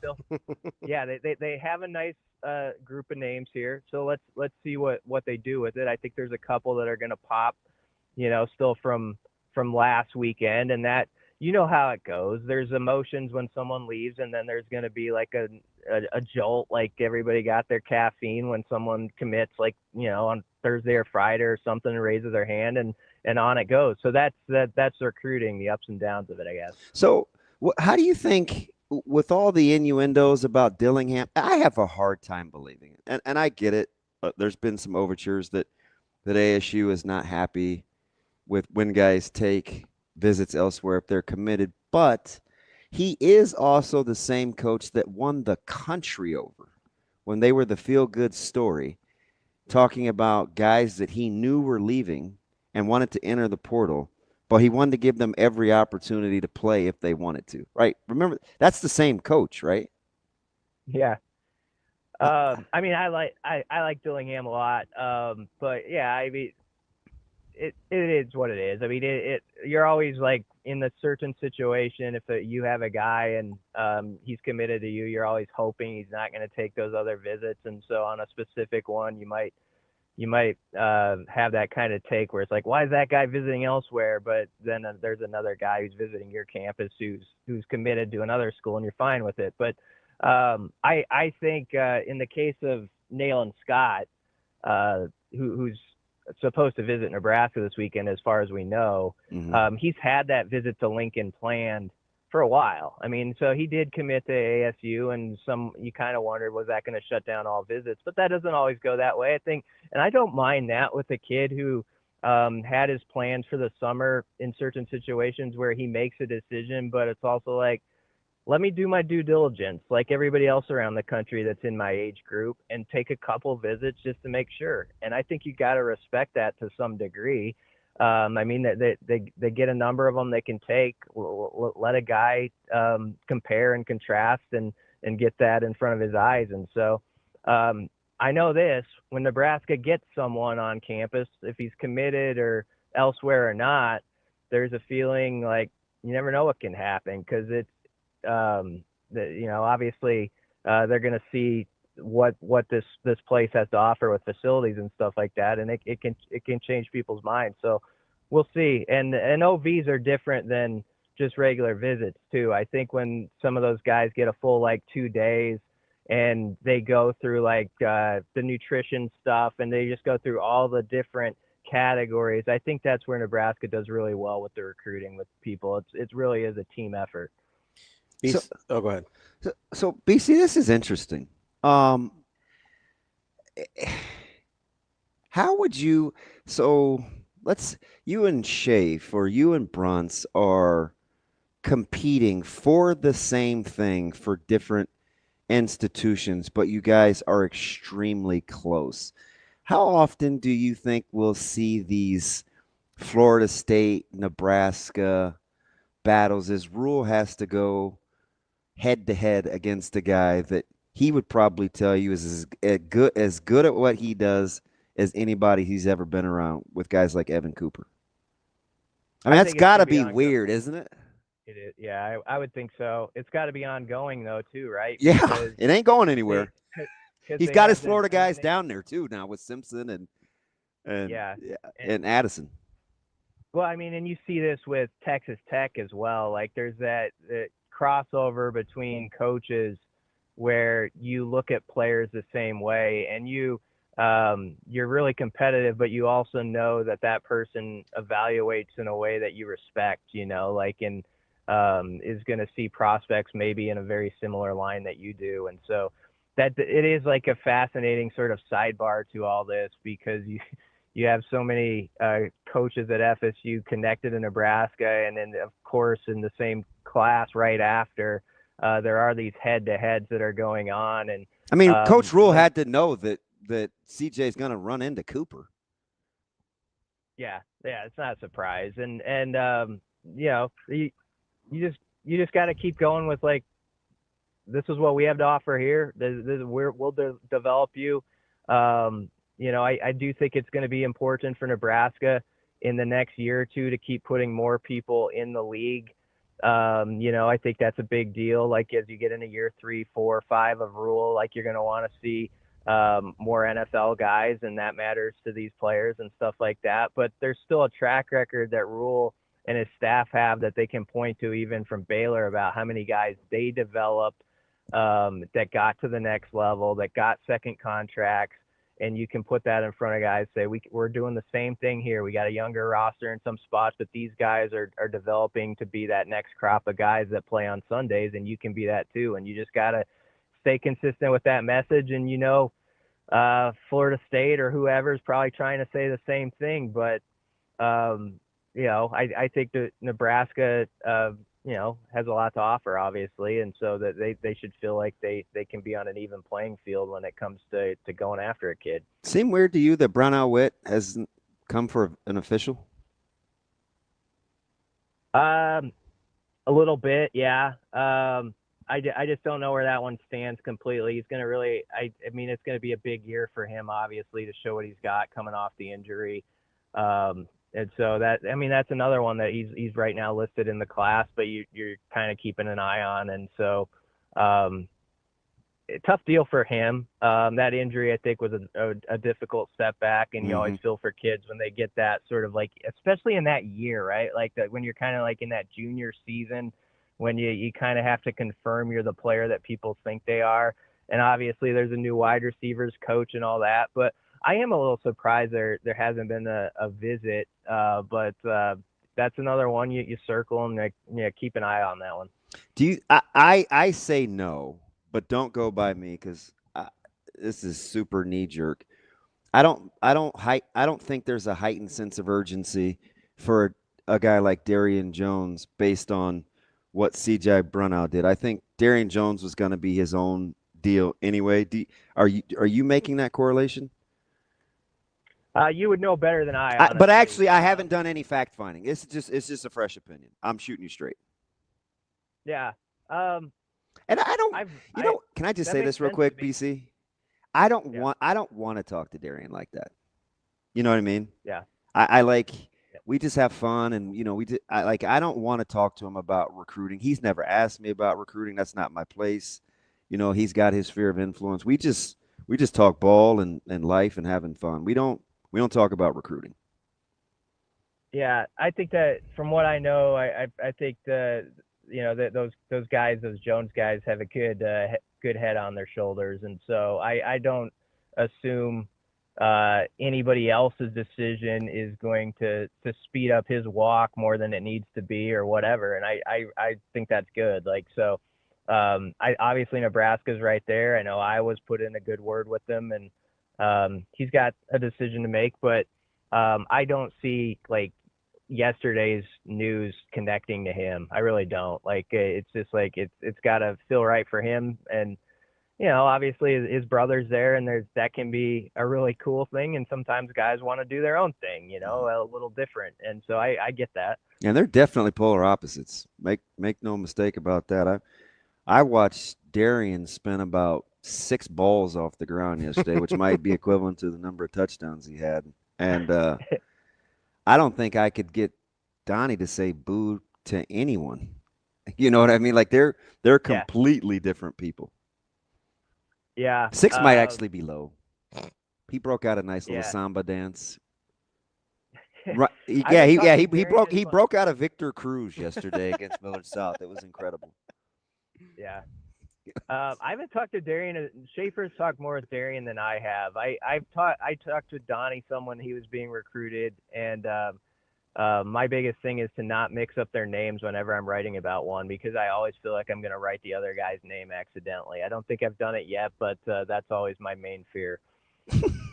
BC, I'll let you go on this, but just a little thought exercise here for you.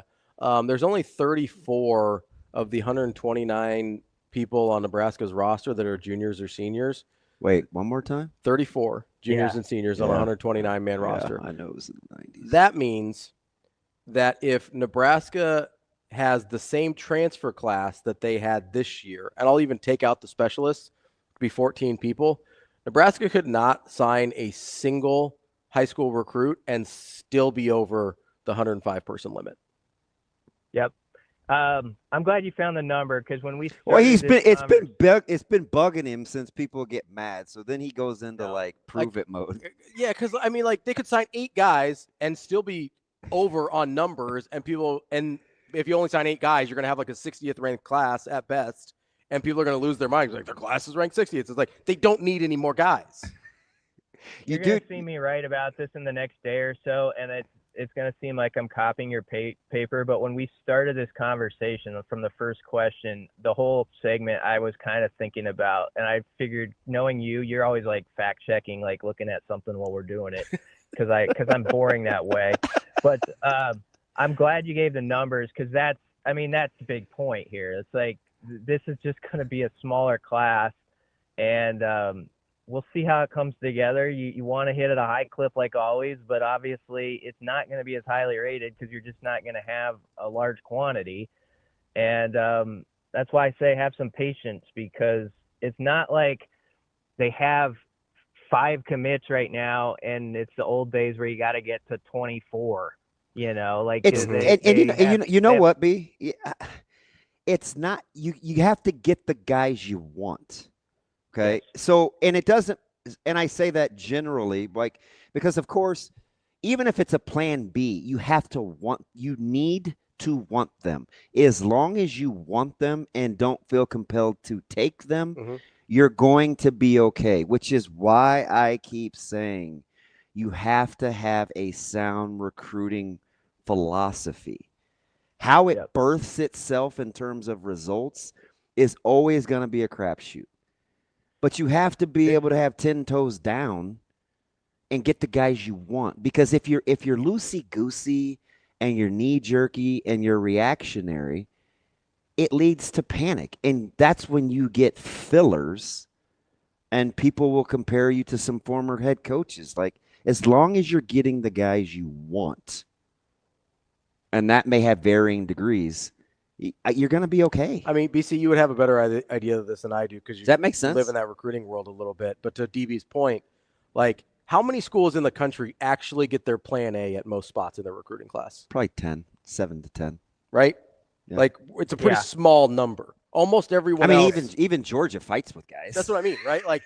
Georgia didn't get their plan A at quarterback last year because he's in Nebraska, right? So you can't sit there and tell me if you don't get their plan A, I believe CJ Brana was their plan A. That's what they wanted in that class. They might have plan A1s or A2s. They might have plan Bs or Cs. But the point is, almost no one in the country gets their plan A at most of the spots in their recruiting class. And so I really struggle with this. Oh, they're just going to fill up the class now. It's like, no, they don't have to. They have guys, if they like the guys on the roster already, which I'm led to believe they do. Otherwise, they wouldn't be on the roster anymore. I'm having a really hard time with getting too worked up about one cornerback decommit. The biggest thing. He is a good player. You could say that. I know he's a good player. He's a good player. I'm not downgrading CJ at all. It's just this is not a sky is falling thing for me. And it seems like it is for other people. The biggest thing to take from this whole conversation is the number you gave 1 minute ago. What, 34 juniors and seniors? Is that what you said? Yeah. Yeah. I mean, this is a roster that's full. They feel like they're developing guys right now, but there's a lot of guys that are, sophomore or less. It's just going to tweak your numbers. It just is. And so you take that point, then you take Damon's point. You can't just have fillers. You can't don't have guys settle. that you have to squint at to convince yourself. And we've seen that before here. And that might have been okay in a different time.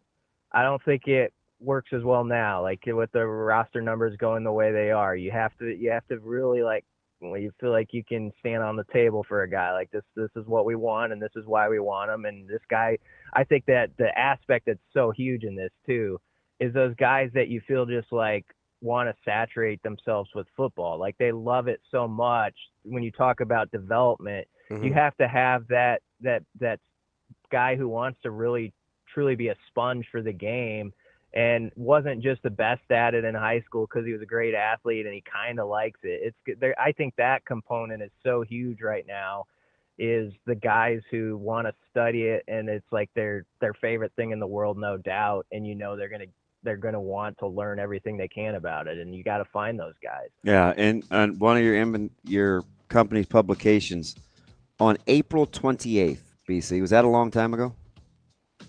April 28th? Yeah, in April, some ways, April yeah. 29th, April 30th, in succession. You know what the general headlines are?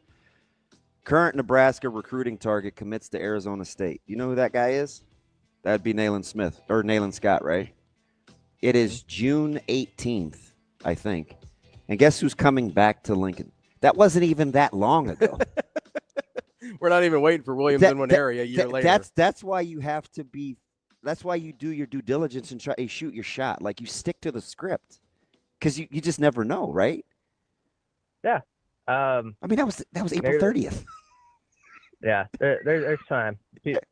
So, but yeah, people need patience. Let's see where it goes. The numbers aren't going to be as heavy. They're going to have. It won't be sexy, that's for sure. Yeah, I never thought the 26 class was going to be that way. He told us in the spring they were going to be nitpicky. He all but said we're going to be nitpicky.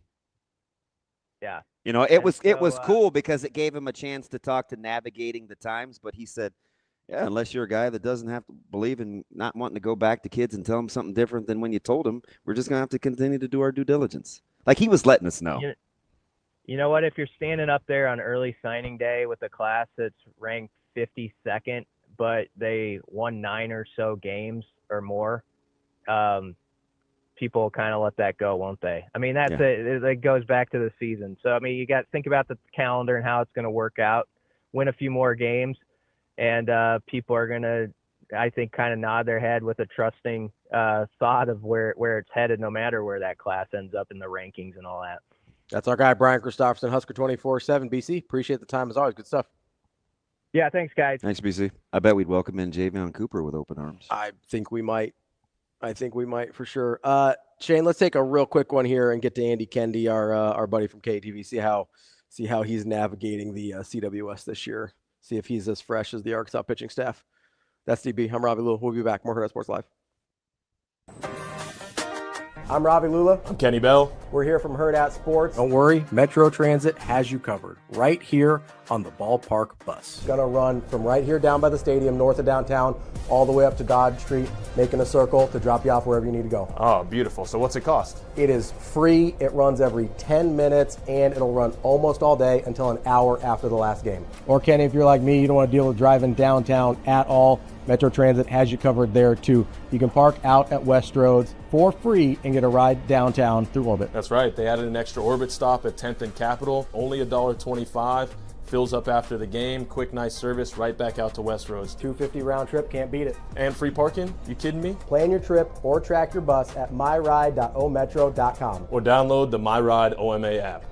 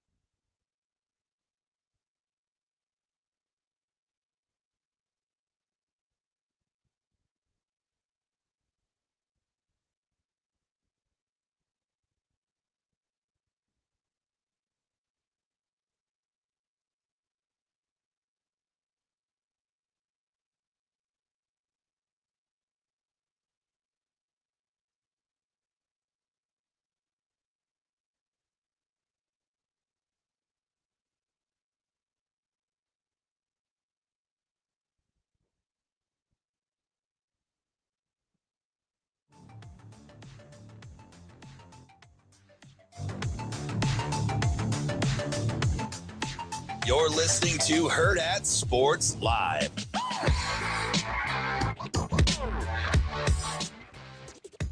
Welcome back, Hurrdat Sports Live, presented by Centris Federal Credit Union. That's DB. I'm Ravi, Lulla here at Hurrdat Sports Bar and Grill. Don't forget to come check out our summer specials, especially if you're at the CWS. Show your ticket and get a $10 bucket. We are joined now by Andy Kendeigh from KETV. What's up, AK? Morning, boys. How we Big doing? Big day. Hey, first of all, I want to shout out my wife, who actually survived her first ever shift in the concession stands at the CWS. Oh, so She had okay. to work this last night. This is good. So she had to work the concession as part of the fundraising efforts at Millard North for their show choir or whatever. So She's there, so and I'm- kind. It's surprising she doesn't just have her own concession stand out of your driveway. Well, let me tell you, I don't know, after last night's experience, it's an interesting thing to see where she goes in the future, because she was at the stand, one of the only stands in the park that has "You're Killing Me" s'mores, those s'mores things. That's She said that Portuguese the to your boy. line- It's basically s'more nachos. Yeah. And it's like the hottest thing. It is awesome.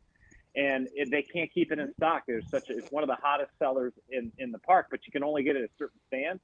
And that was the stand she was working at last night. She's like, Andy, and people just kept coming up, and we had to tell them we were out of it. And I was getting these angry looks and stuff. I was like, this is what people deal with now. You have a new perspective when you go up to the concession stands and you ask for something that they don't have. So there you go. There you have it. AK, I'm literally trying to keep from dry heaving. I get it. I didn't feel very good to begin with, but I need a little clarity.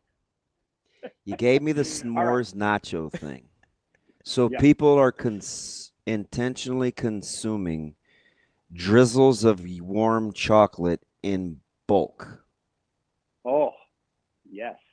And then It's 90 degrees out. Isn't it crazy? Oh. It's nuts. Yeah, it is unbelievable. And from, I personally No wouldn't go cold there, and I milk, have not no. gone there. What No, are we nothing, doing? no. Yeah. It's not even fair for me to say because I hate chocolate, but that sounds mildly disgusting. Well, I mean, it's too maybe rich, in the right? fall. Yeah, right. Maybe a football game in the fall. Or maybe in like a maybe small dose. Like, how big are these things? They're pretty good size. No, that's They're pretty good size. Well, And it just says the guy that imagine ate a giant Pop-Tart. Like, you probably couldn't care It was less. good. It was delicious. Wow.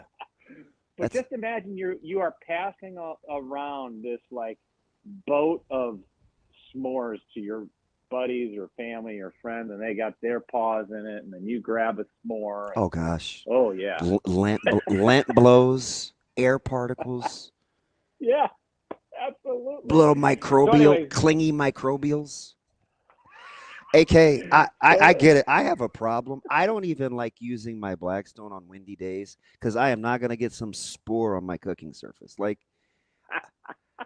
and you know where I came by it, honestly. What's the real popular place? I told this story, Shane, remember? What's the real popular place in the fall that you go to it's hard to, Vallis. So, big carnivore guy, right? Uh-huh. I got one of those smoked turkey drumsticks. And I walked about 7 feet, and it looked like it was wearing pebbles. It looked like it was dipped in like rock particles. I'm like, yeah, no. I'm not eating anything like that outside. Like that's crazy. I do think the heat with the s'mores, the hot s'mores, is an issue. It's making me nauseous. To be fair, the giant Pop-Tart that I ate was in a well air-conditioned facility, so the thing was the size of a plate. Yeah, it was incredible. But I do think was the Pop-Tart in the morning or it was in the evening? There's an establishment that makes like homemade Pop-Tarts that are giant and delicious. Oh, I got you. Yeah, and I need you to fix this again, please. Yeah. AK, I got distracted by the whatever you were talking about with the s'mores. But the self-clapping and the all right, boys, I know you. That you're trying to get yourself motivated. Like that's your pep talk. That's my pep talk for myself. Yeah, that's absolutely. so I was gonna say are you starting to wear down? Like, I just know you're like. Yeah. That's why I used to want to be a profiler, right? It's like I'm like, okay, he's having to encourage himself. He may be on a struggle bus. It's early. 100%, DB. 100%. It hit yesterday. So, the first couple days you're pumped up, you're excited, everything, and then yesterday hit, and you're like, oh, there's 3 games. Granted, they were fantastic. Don't get me wrong. But, man, I don't know. I props and a tip of the cap to the fans that are there every day, like, early. And I'm talking early. Like, I didn't really realize the cars lining up for their tailgate spots at, like, 5, 6 in the morning so they can make sure that they get their particular spots. And they're every day. That's amazing. Like, I can do a day here and there as a fan, absolutely. And it's fantastic. It's going all out. I did it Sunday, if anybody saw me. But, man, and so by Wednesday, it's like, woo, okay. So we got 2 more. This is why I had to give myself a pep talk. So 2 more today. But today is going to be big because we may know the bracket champion, or we may know the championship series today. We may not. We may get games tomorrow. So my wife is actually rooting for one of the undefeated teams to win, because if there's 2 games tomorrow, she has to go back and man the concession stand for the day game. So she's rooting for one of the undefeated teams to win. So that tells you everything you need to know. But I'll tell you what, after what we saw Monday afternoon, I mean, that's going to be a tough moment to top. But with the teams we have left, I'm not counting anything out, because you just never know what you're going to see on any given day. And what we saw Monday was one of the all-timers, and it was I was telling Cecilia, I'm like, dude, you've covered what, 2 of these, and you saw a performance that hasn't been done in 65 years. That's pretty cool. That's a pretty cool. And he's got his dad here. How awesome is that? Yeah, that was cool. He was showing him around the media center, and it's so funny because you guys have been there.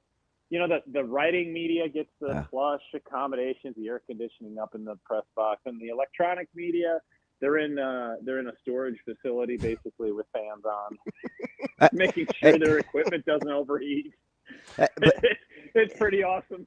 And no disrespect to Lauren, because she's incredibly easy to work with, but she probably bosses me around more, because I mean, that's just kind of the role we have with each other. But Matt, he might be the nicest person that's not named Matt, because that would belong to Lothrop too, because he was incredibly kind. But he's such a good dude. Like, that experience with your father has to be like incredible, especially given the environment, because you've done this for a while now. It just seems like there's more people. Is that just me? No. In fact, I was just thinking about this. I told you, I'm not crazy. No, I don't think you're crazy. You're the first person that's actually agreed with me. Ravi gave it Kendeigh Rogers was like, oh, I don't know. I'm like, I don't know, man. Seems well. Attendance is rock solid, right? And then from a media standpoint, there's more media this year because of obviously LSU brings them, and Arkansas brings them, and Louisville has Oregon State does too, man. They got a good contingent. It's pretty amazing how many people. But guys, going back, this is the first year, and I'm sure they've done it before, but maybe it's just chronicled more by maybe Hurrdat and whoever, because there's cameras everywhere or whatever. But how many, I guess I haven't noticed, like after teams get eliminated or whatever, how many players you see go out and just scoop dirt. Those grounds crew people, they better have more dirt, because people are scooping up the dirt and taking it with them. Legitimately thought the same thing, AK. I was like, what the? I mean, if you got like 7 teams taking dirt, 6 before the championship series taking dirt, I was like, they're going to have to get some of those diamond bags out there, start filling in some holes. Right, exactly. I mean, the guy from UCLA yesterday, he took like a whole a gallon baggie. Yeah, I saw that. Right. I was like, listen, as somebody who works, like, you could have put a foot long in there. Now, that's something you'd use for like lunch. As somebody who worked field crew for a while, I was like, man, you got to fill those holes. What are we doing? AK, a Dixie cup, that's fine. Just a little plastic cup, that's cool. But this guy's taking a big Ziploc. I was like, wow, that's is he going on eBay? He's gonna give it away for Christmas gifts this year. Yeah, no question. AK, let me ask you something. I was having this conversation with Ravi, who he picked UCLA, kind of who he felt the worst for it. for me, I said, Oregon State seems like the team that deserved a better fate, that shouldn't be going home already. Do you have a team like that you've thought about, or do you think, this is kind of going how the baseball gods designed it? It's just a tough sport. It seemed like Oregon State deserved a better fate than what they got, at least to me. You can make a case for that, but I think as of now, I think these are the 4 teams that, the Louisville Oregon State point. That's really that was tough. And think about the way those 2 games against each other had went. Oregon State loses a big lead, and then Louisville ties it in the opener, and then Oregon State wins it on a walk-off. You basically flipped the scenarios around yesterday, where Louisville has a lead, Oregon State comes back, and then Louisville wins in a walk-off. You could make a case that Oregon State deserved a better fate. But then again, I mean, you also can say these teams had their chances, and if I feel bad for a team, it's UCLA because of the scenario in which they were put in. You had to get up and take on an LSU team in a suspended game to finish. It's just, that's the way it goes, and I get it. And then you have to bounce back like 5 hours later and play another game at night, and that's a tough deal. Another SEC power. You lose to LSU and you say, okay, what's your reward? Well, your reward, you have to go play what's your future? Oh, you have to play Arkansas. Yeah. And that's so you wake up in the morning thinking you could be maybe one step away from the finals, and instead you're going home scooping up bags in a Ziploc. That's what you're doing. But then again, it's not from a lack of trying from John Savage. He tried to pull every button, push every button. I don't know if it's because he was at Creighton, the home of Creighton baseball. I think he made 15 pitching changes yesterday. I mean, channeling his internet service. Yeah, it was great. Like, I think he had 8 in the first game and 7 in the second. I think the total pitching count was. So they were trying everything, every button he tried to push, and it just didn't work out for UCLA. And you start and think about UCLA too. They're the Big Ten team.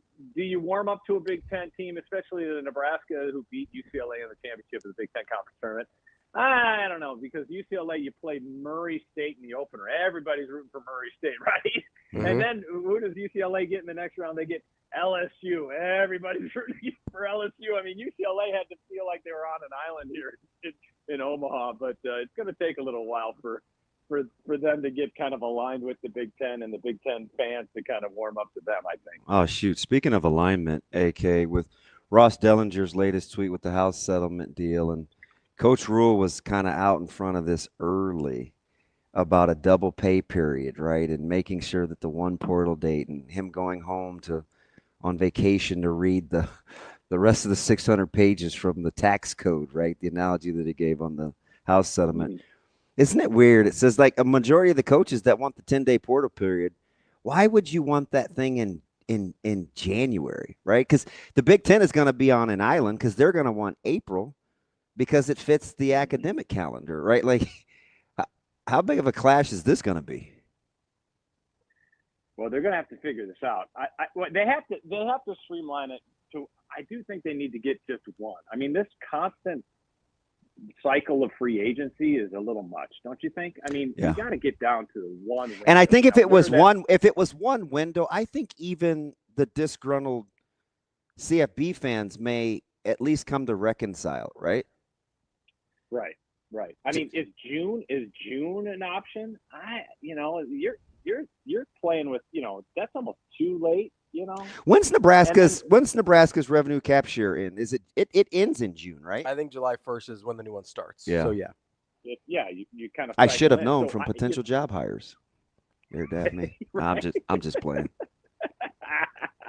I'm just. So, yeah, serious. you just wonder.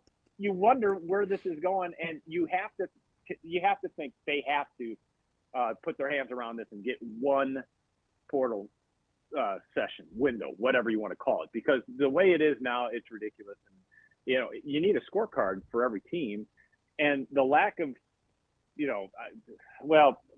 until we know what's going on in terms of, I wish there was a little more transparency in terms what player X is getting and what, player Y is getting, what the market is. You have that to a certain extent in pro football, so you at least know what the market is. This is just and it doesn't surprise me because you all knew it was coming. Yeah. But until we know what these guys are making to a point, you don't have to get the exact figures, but in the ballpark, I mean, everybody's just throwing darts. And for people to say this guy makes this and this guy makes that, well, the only people who really know are the people that are in it. So, I just think that for the sake of college football, they need to get one window because until then, it's going to be the Wild West. All right, let me get you out of this, AK. Are you surprised that so many schools or a handful of schools have come out with their rev sharing pie piece? Because I can't just openly see Dannon doing that. No way. I don't think Troy Dannon will do that until. Are you shocked that like we've seen some Oklahoma, we've seen a handful of schools, Ohio State. Yeah.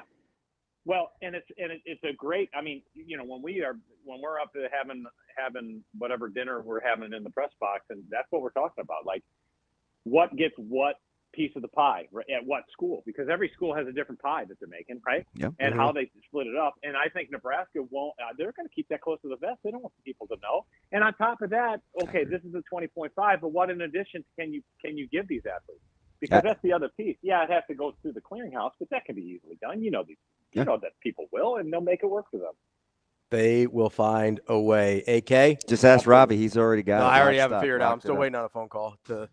I would love to give – I'm serious, AK. I've got it figured out. I know how to execute it. I'm just waiting on a phone call so I can help out my hometown team here with the Nebraska Cornhuskers, help them win championships. But it's fine. I'll wait. I'll keep waiting. You are a giver. If I know anything, you are a giver. It is really well thought out. It's good, and it fits right in our backyard, AK. I won't be the middleman. I'll put you in contact with my man Ravi over here, and you can float the idea on one of those tremendous #1 ranked newscasts you have. AK, I'm incredibly giving when I'm well compensated. Shoot, I just work for food. See the leverage we got here, AK. We'll talk to you later, buddy. You got me. Boy, we'll see, AK. You got me still trading for budgeted items. Fudge. So I'm doling out $20 at a time to you. Man, listen. Tough out here. Listen, still waiting on a phone call. We'll get it done. We got Mitch Sherman coming up next from The Athletic. But if you're headed down to the College World Series today, make sure. I've been down there the last couple days. Those Metro Transit buses and the Orbit bus look better and better every time. You're trying to find parking. You're like, what do I pay? Am I going to end up in like some weird parking lot I've never been to before? Or you can just take Metro Transit. Go to ometro.com to figure out your plan to get to the ballpark. It's ometro.com. We'll be back with Mitch Sherman coming up next. If you want to meet Hurrdat Sports out here at the Baseball Village, this is the worst place to go on the Ferris wheel. But you would be able to find it because we are out at the corner next to the old mat. And you could find sunglasses, hats, T-shirts, all the good stuff. And who knows, maybe you'll even run into Kyle Byers. Yeah, rally towels. We got a bunch of candy down there. It's awesome. Like the best time of the year is this event because you get to swing through. You get to literally see the entire team all working together from Hurrdat Sports. And we're giving away stuff. Yeah, and what else would you rather do than come hang out with us, sweat a little bit in the humidity, and then ride the Ferris wheel, which you can tell the baseball game's going on behind us as well. Logan's behind the camera. I mean, it's a full team effort today. Yeah, and you know what? You've got the Omaha skyline right over there. You've got the ballpark right behind us, and then literally 600 different types of food that you can buy on the way from there all the way to the ballpark. So, yeah, I mean, you literally can't get it any better than sitting down here.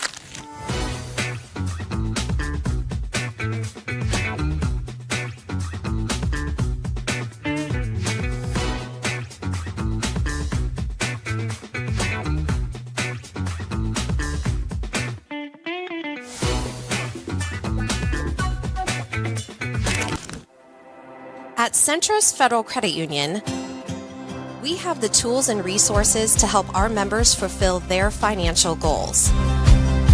With a focus on building a stronger community for the next generation of leaders.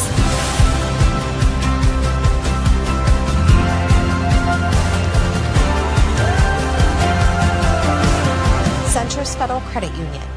We are where you are.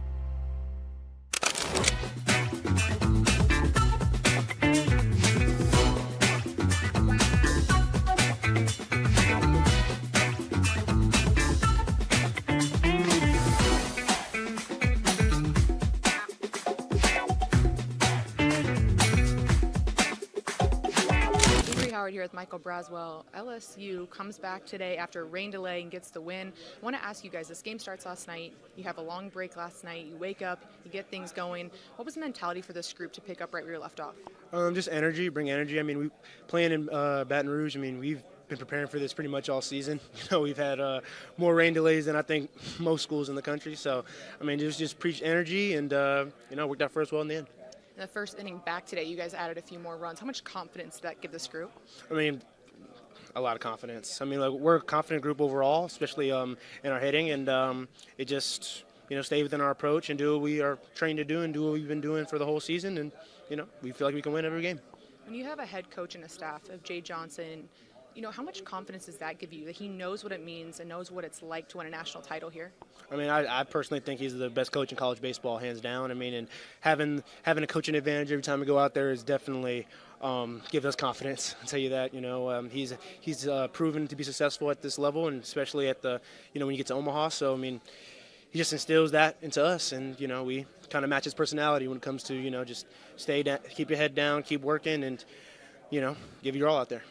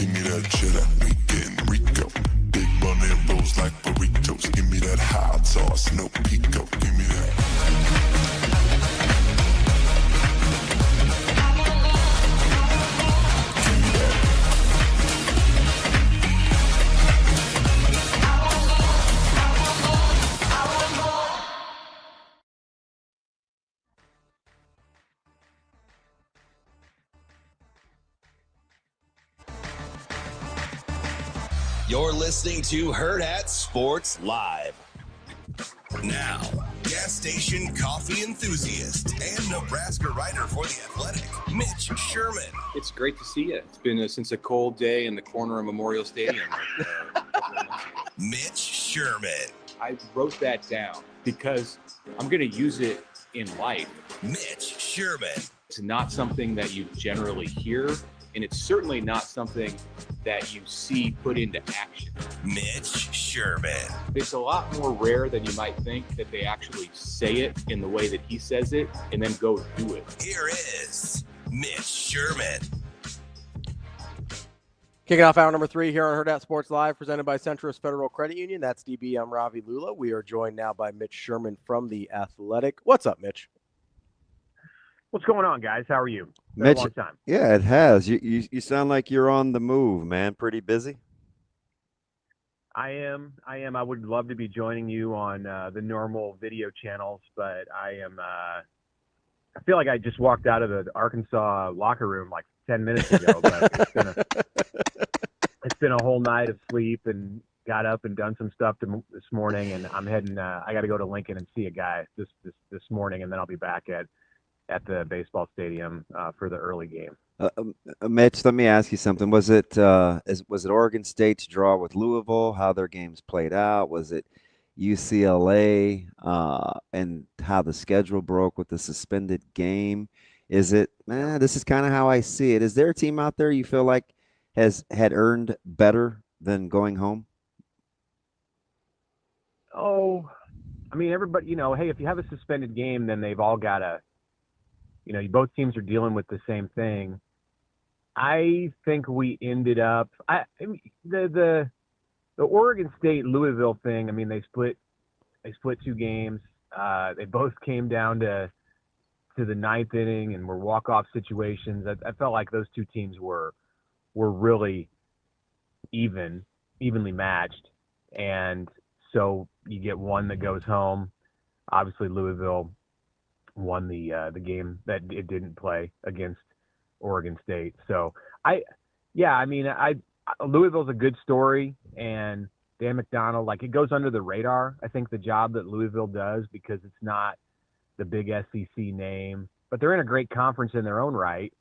That's probably the one that to me is not getting like the attention that they deserve. And then Oregon State on the flip side of that is the team that I think played well enough in Omaha and did so much during the regular season that just defied the odds. That it would have been a cool story to see the Beavers in the last four standing. Mitch, so you've kind of got this. I mean, obviously you coach at the youth level, and some of those tournament schedules are pretty goofy sometimes with downtime and how you manage that. I just sat there last night as I'm watching UCLA Arkansas, and I go, being UCLA yesterday would have been a nightmare because you play the night before, get suspended. You have to get up probably 6:30, 7 o'clock in the morning for a 10 a.m. resume. You're already a West Coaster. Yeah, you're already on West Coast time, so that's, I don't know if you've adjusted yet, but that's, 4:30, 5 o'clock. It's nature of the beast. Body clock, right? And then you win, which is great, but then you've got to sit around for a few hours and then play again. Probably not enough time to get any real rest in. Like, I don't know. I just watched that game yesterday, and I go, I don't think UCLA has a chance. Like, I think you're right. I think we ended up with the four best teams, but I was kind of bummed out how it played out for UCLA, and I don't care about UCLA at all. I just watching that, I was like, that would have been a nightmare experience. He's not telling the truth. He was lamenting over those stirrups for 48 hours. Listen, I like the baby blue and gold. I really do, but the stirrups I could take or leave. Yeah, stirrups are a lost art in baseball, and I think that's probably for the best. A good thing now, yeah. I remember wearing them when I was a kid. And how much I was not a pant knee guy. I was a pant shoe top guy. So I'm right there with you.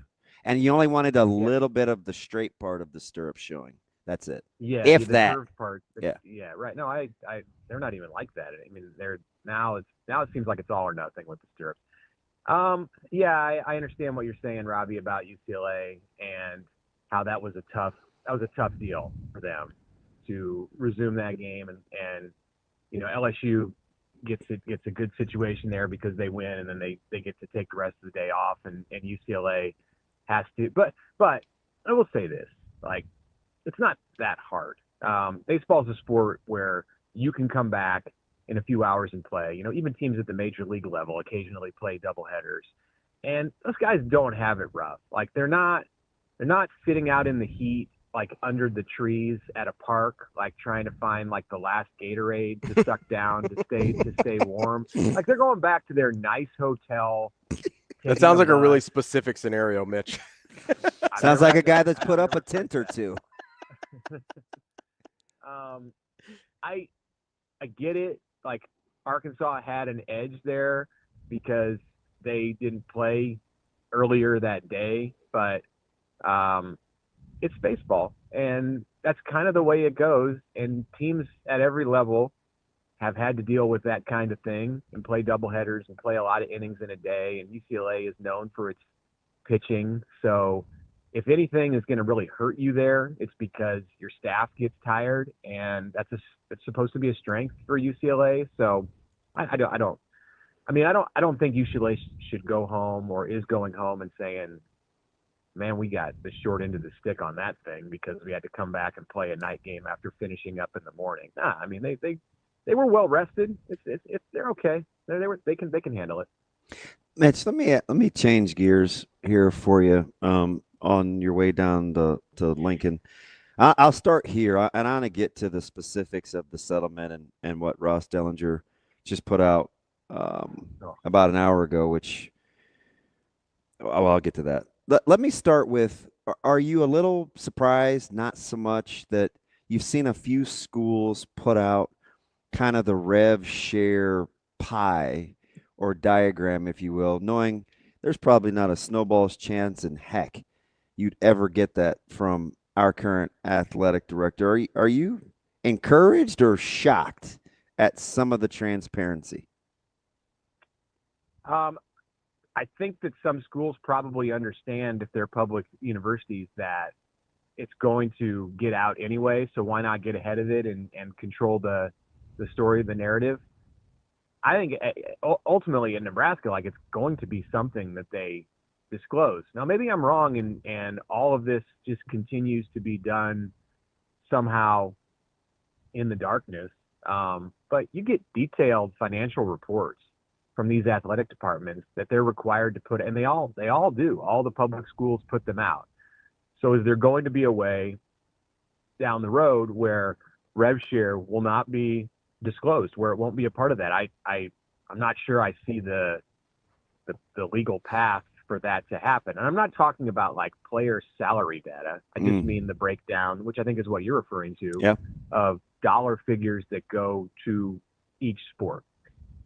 So no, I'm not shocked that like it's out there for some schools. And even if it's not being done because they know it's going to have to be disclosed anyway, they know that it could and probably will in some cases get leaked out. There's way more confidential type information and numbers that become very much known by the public than the breakdown of, hey, 14 million to football, 4 million to basketball. It's not like it's that controversial, and I think in a few years it'll pretty much be known for Nebraska, and I wouldn't even say a few years, like in a year. It'll be known for Nebraska and all of the major institutions. They're all dealing with the same amount of money on rev share. It's just how do you break it down? And that I don't feel like it's that like it needs to be that secretive. And the least surprising news, well, I'll let you expound on which one your answer is. Are you more surprised that conference commissioners are going to actually go back to the drawing board with the playoff format, or the fact that the conferences aren't going to be able to probably sit down and agree on what the portal window date should actually be?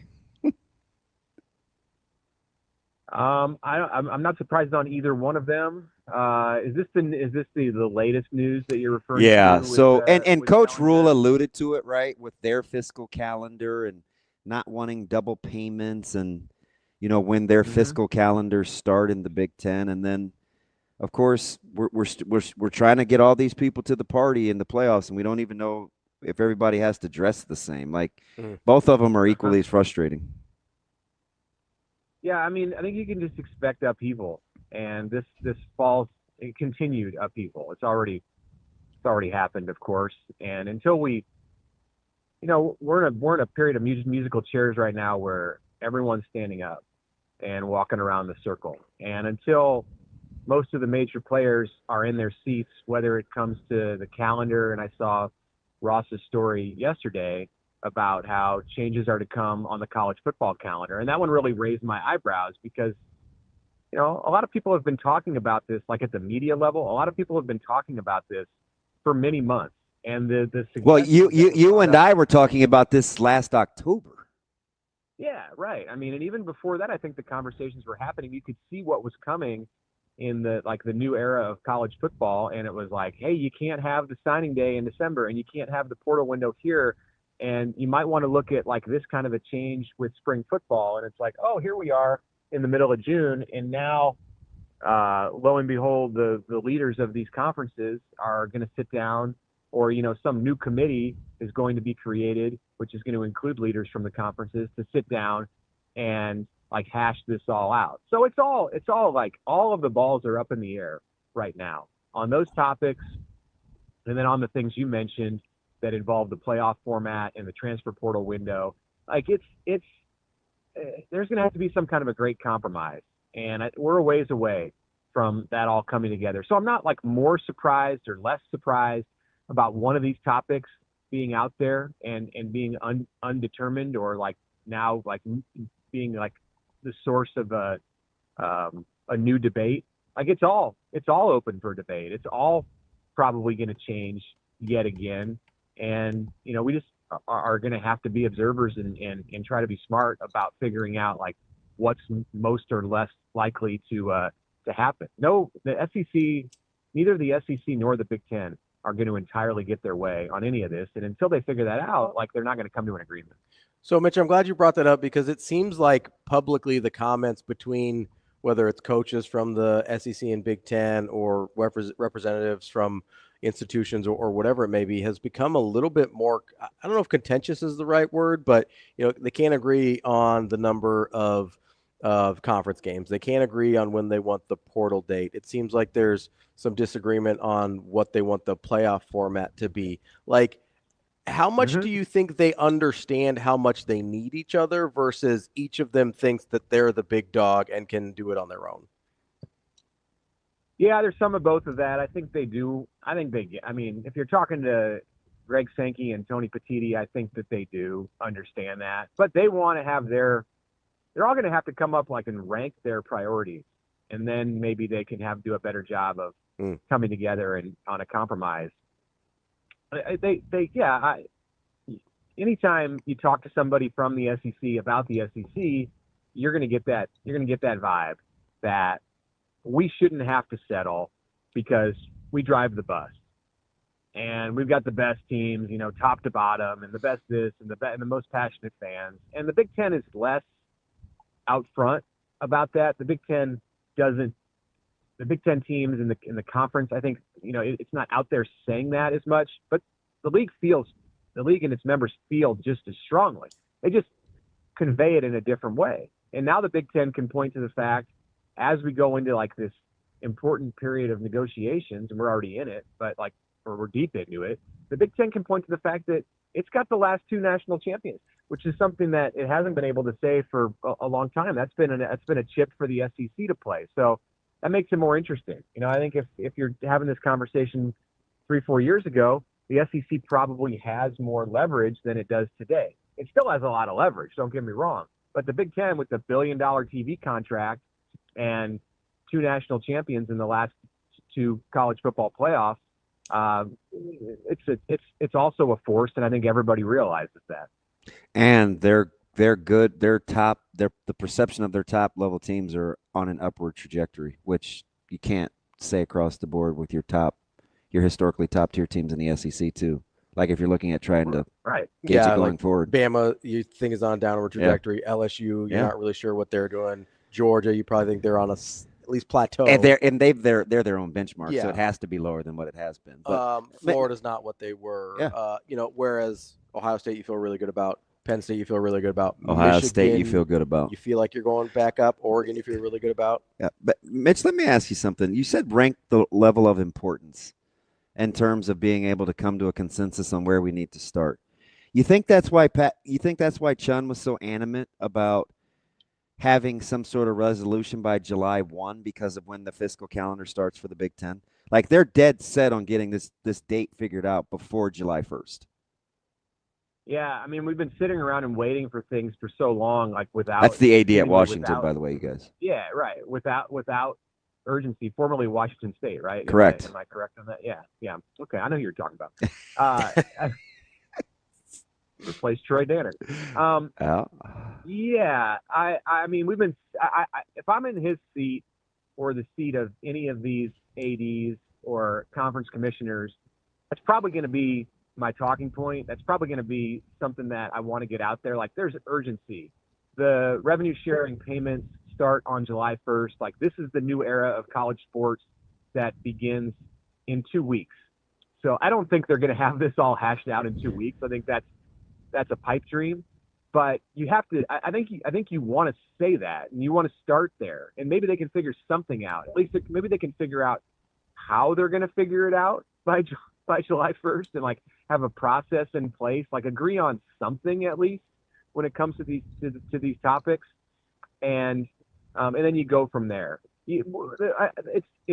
We're at the 11th hour on the start of the new era, and it's past the point of being able to just let it happen. That's what we did for so long. That's what college sports did for so long with the House case. Mm-hmm. And it dragged out, and we thought it was going to be over, in the winter, and we thought it was going to be over in March, and then in April, and finally it comes down in June. It's thing came out, and all the rules are changing, and you're only 3.5 weeks away from the start date. So it's time to be done with the slow plodding, waiting around, and just it'll all work. No, like you need to set some deadlines. And if you don't get the July 1st deadline, which I don't think they will, to figure everything out, then at least it's like at least there's some urgency in the room. Mitch, go ahead. So, that's not very selfish, or that's kind of selfish of me. No, you're good. Mitch, surprised that kind of publicly there's the sentiment from SEC coaches that aren't supporting the 4 auto qualifiers. I hate to harp on the AQs, but it's been a thorn in my side we're going to go on 6 years now. That even the SEC can't figure out the whole AQ thing on whether they like it or not. Yeah, not so much surprised because that was kind of a Lane Kiffin thing, right? And he started it and just said, hey, why not just put the best 16 teams in? At the time, though, he was kind of and I said, remember, I was like, I'm kind of on the Lane train here. Like, but I get how people, because my partner was like, okay, that's all fine and good, but we do need some guardrails so we get a little less subjectivity. Yeah, I mean, you assume that you're conference champs there, and I think that's partly what he said. Like, you're not going to have to worry about the AQs because if you just take the 16 best teams, you're going to have the conference champs in there. So I get that, but the conference champs, there should be an automatic. There should be some reward for winning a conference championship. That's imagine a scenario where like the Big 12 champ isn't in the 16-team playoff. That's probably not good. I'm not. No, I mean, I think people are just throwing stuff out there, and Lane is a guy where if you don't have a consensus, he's going to have an opinion. He has an opinion on just about everything, which is part of what makes him appealing. Part of what makes him compelling and like such a polarizing figure, and that's what he wants to be. Like he wants to be to be visible. Wants people to be talking about him. That's not for any like ulterior motive. It's just like that's who he is. That's why he's climbed the ladder.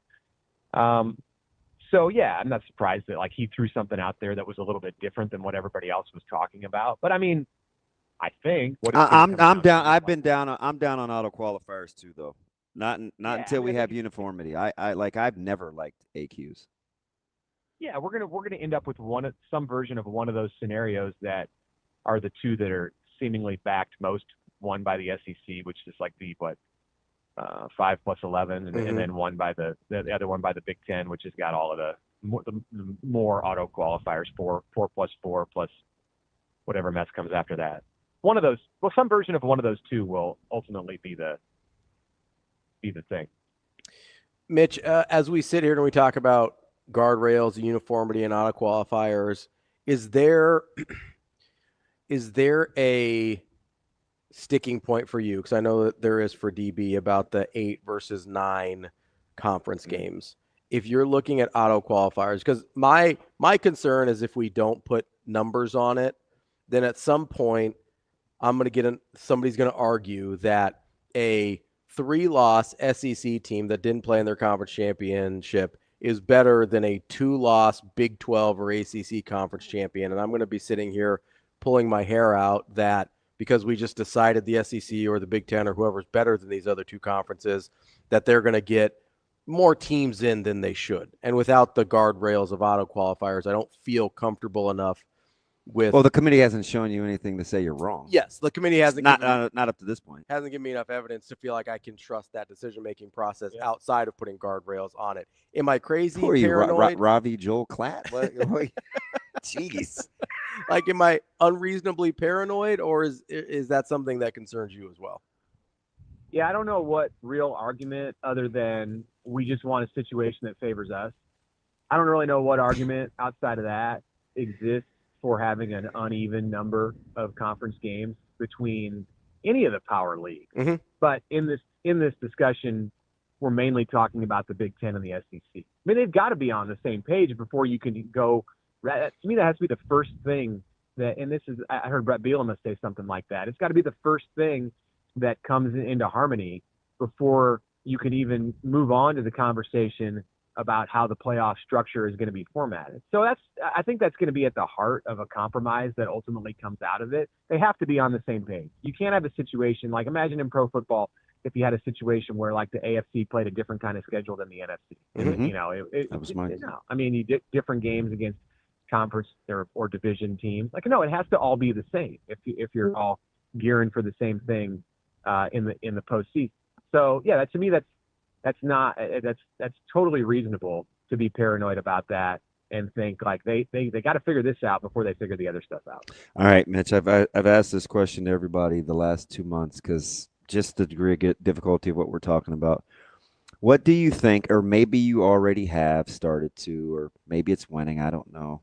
What do you think Nebraska has to pull off to get for Coach Rule and Troy Dannon and this athletic department to get some kudos over how malleable and flexible they've been in kind of managing a multi-million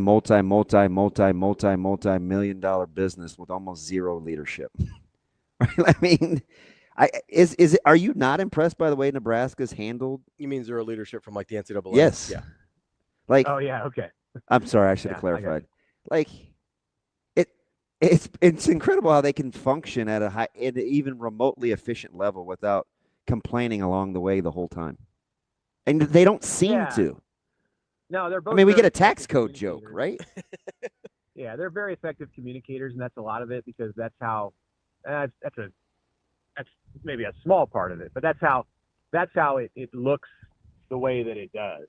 Where when you hear Matt Rule talk about it and Troy Dannon talk about what's going on in college football, you get the impression that things are going about as smoothly as they possibly could at Nebraska, considering the chaos that exists at the NCAA level or the level of I know what you're saying, like the leadership level. It's not even the NCAA so much anymore. Like there's this new CSC, and then there's whatever the committee that's going to determine the schedule, and I mean, you just changed your mind from a meeting 2 days ago. I mean, right? They do a good job.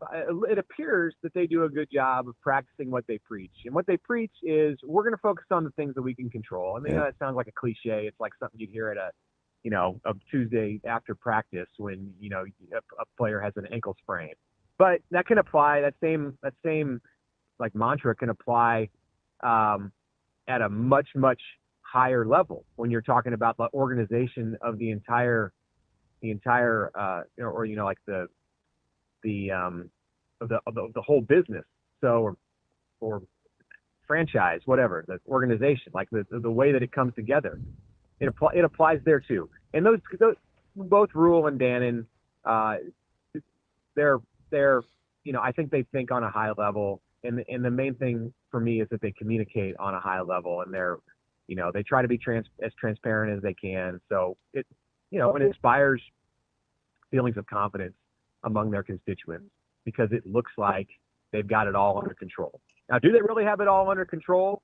That's kind of hard to do when you don't really know what the rules are that you're playing by. But at least they that's what good leaders do. It appears that they very much know what they're doing, and they focus on the stuff that they have a direct hand in. And then when something changes at the level above them, at the NCAA level or the leadership level in college sports, then they will react to that. But yeah, I mean, for them to manage like just the roster situation for football, the way that they have with the changes that it's undergone just in the last 4 or 5 months is it's impressive. That's our guy, Mitch Sherman from The Athletic. Mitch, appreciate the time as always. We'll talk to you again soon. Drive safe, buddy. Okay, thanks, guys. That's Mitch Sherman from The Athletic. I know it sounds like I'm just like fawning. I'm just telling you. We better appreciate it because it's really, really hard. We just read something completely different 36 hours earlier. Yeah. You got athletic directors and administrators and presidents that you can't agree on the fiscal calendar, but you still have to do business. Most of it, I mean. And do business with each other. We crumble. And honestly, I mean, the roster limits thing is the best example of this. It changed 3 times in a 72-hour period. We think we're going to get through to we're going to have to be down to 105, and we're telling guys to leave if they, if they don't want to be left out in the cold, to, just kidding, you get grandfathered in. That all changed in a week. Yeah. 3 different times. That's DB. I'm Ravi Lulla. More Hurrdat Sports Live coming up next. I'm Ravi, Lulla. I'm Kendeigh Bell. We're here from Hurrdat Sports. Don't worry, Metro Transit has you covered right here on the ballpark bus. Gonna run from right here down by the stadium, north of downtown, all the way up to Dodge Street, making a circle to drop you off wherever you need to go. Oh, beautiful. So what's it cost? It is free. It runs every 10 minutes, and it'll run almost all day until an hour after the last game. Or Kenny, if you're like me, you don't want to deal with driving downtown at all, Metro Transit has you covered there too. You can park out at West Roads for free and get a ride downtown through Orbit. That's right. They added an extra Orbit stop at 10th and Capitol, only $1.25. Fills up after the game, quick, nice service, right back out to West Roads. $2.50 round trip, can't beat it. And free parking? You kidding me? Plan your trip or track your bus at myride.ometro.com. Or download the MyRide OMA app.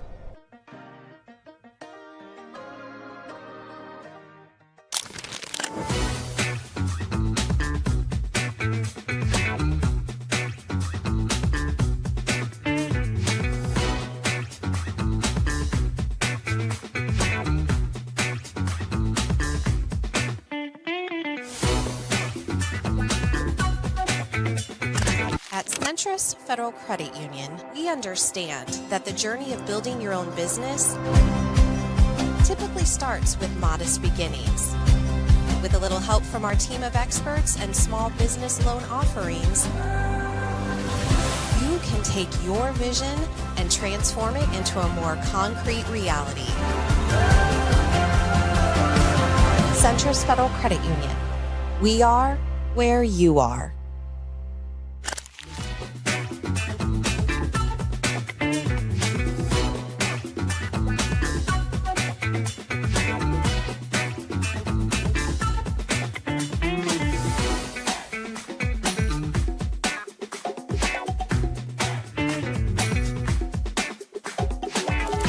What were the emotions for you watching that walk up by Eddie King Jr.? Well, they were amazing. After getting the bunt down, I knew it was going to be a hard team to beat, especially with Monroe coming up, who's one of our best hitters, and then you got Eddie right behind him. That's a 1-2 punch that's really hard to beat. How about the roller coaster of emotions throughout this game, especially in that ninth inning? Yeah, definitely. It was a lot of roller coasters. I mean, we gave up a few runs, but we also got out of a huge momentum swing at top of the ninth with Tucker getting that strikeout, and so us getting back into it was huge. You're a Louisville kid. How much more does this mean to you to rep the Cards? I mean, there's a ton of pride. Both my parents went there, and so going up with the name on your chest of the city you grew up in is huge, and it's an honor I can't imagine. Yeah, Jake Monroe told me the other day that you guys have been doing this all year in terms of comebacks. You can't count this team out. Why is this team clicking right now on all cylinders on offense and just staying so aggressive in the box? Yeah, we're just a resilient bunch, and we got a good approach. Coach Snyder has helped us along the way, and so staying with our approach is a great thing, and keeping going and finding fastballs we can hit.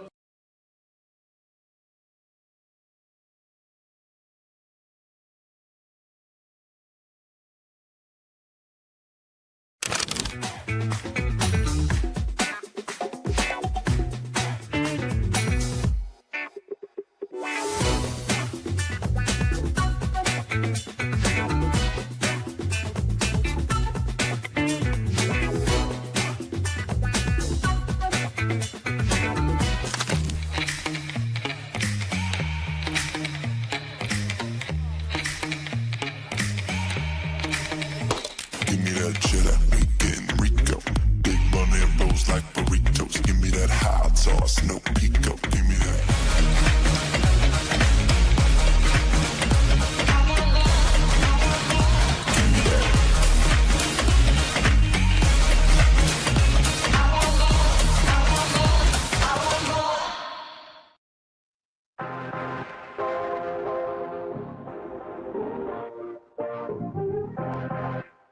You're listening to Hurrdat Sports Live. We're back here on Hurrdat Sports Live, presented by Centris Federal Credit Union. That's DB. I'm Ravi, Lulla, reminding you that getting an auto loan doesn't have to be stressful. At Centris Federal Credit Union, their team has consistently been voted Best of Omaha for auto financing, and they're here to help you get in a new ride. They'll help you navigate and find the right auto loan with competitive rates and pre-approvals, whether it's for your daily commuter or a weekend getaway. Centris is where you are with auto loans. Start your application today at centrisfcu.org, federally insured by NCUA. DB, I was scrolling the internet yesterday, as I tend to do, Getting your surf game right. Yeah, I'm not a big water guy, but I'll get my internet surf game right. And I ran over Todd Furman from the Bet the Board podcast. He works with CBS Sports as well. And he went through, I don't know why he was doing this, if it's just a betting exercise he was going through or what, but I found it fascinating. He went through every Big Ten team and identified what their key game was over the course of their season. And I think he was doing it in light of their over-under totals. Like, if they were going to hit their total based on how their season was going to go, this game would be kind of the key indicator. And one of them that I found fascinating, actually two of them, and they go together, was Michigan and Nebraska. Obviously, I'm keyed in on Nebraska because, Nebraska. But Michigan's key game was also Nebraska, which I believe is the only two teams that were each other's key game, which I found fascinating. Yeah, Right? And so you're looking there and you go, like, for example, Wisconsin's key game is Iowa. Iowa's key game is Iowa State. Like, you don't have a lot of overlap in terms of both teams doubling up there. And so I look at, the other one was Oregon and Penn State, that they also had each other. What I thought was interesting about that for Nebraska and Michigan is seemingly, based on how the rest of this list would go, that means he thinks Michigan and Nebraska are about even.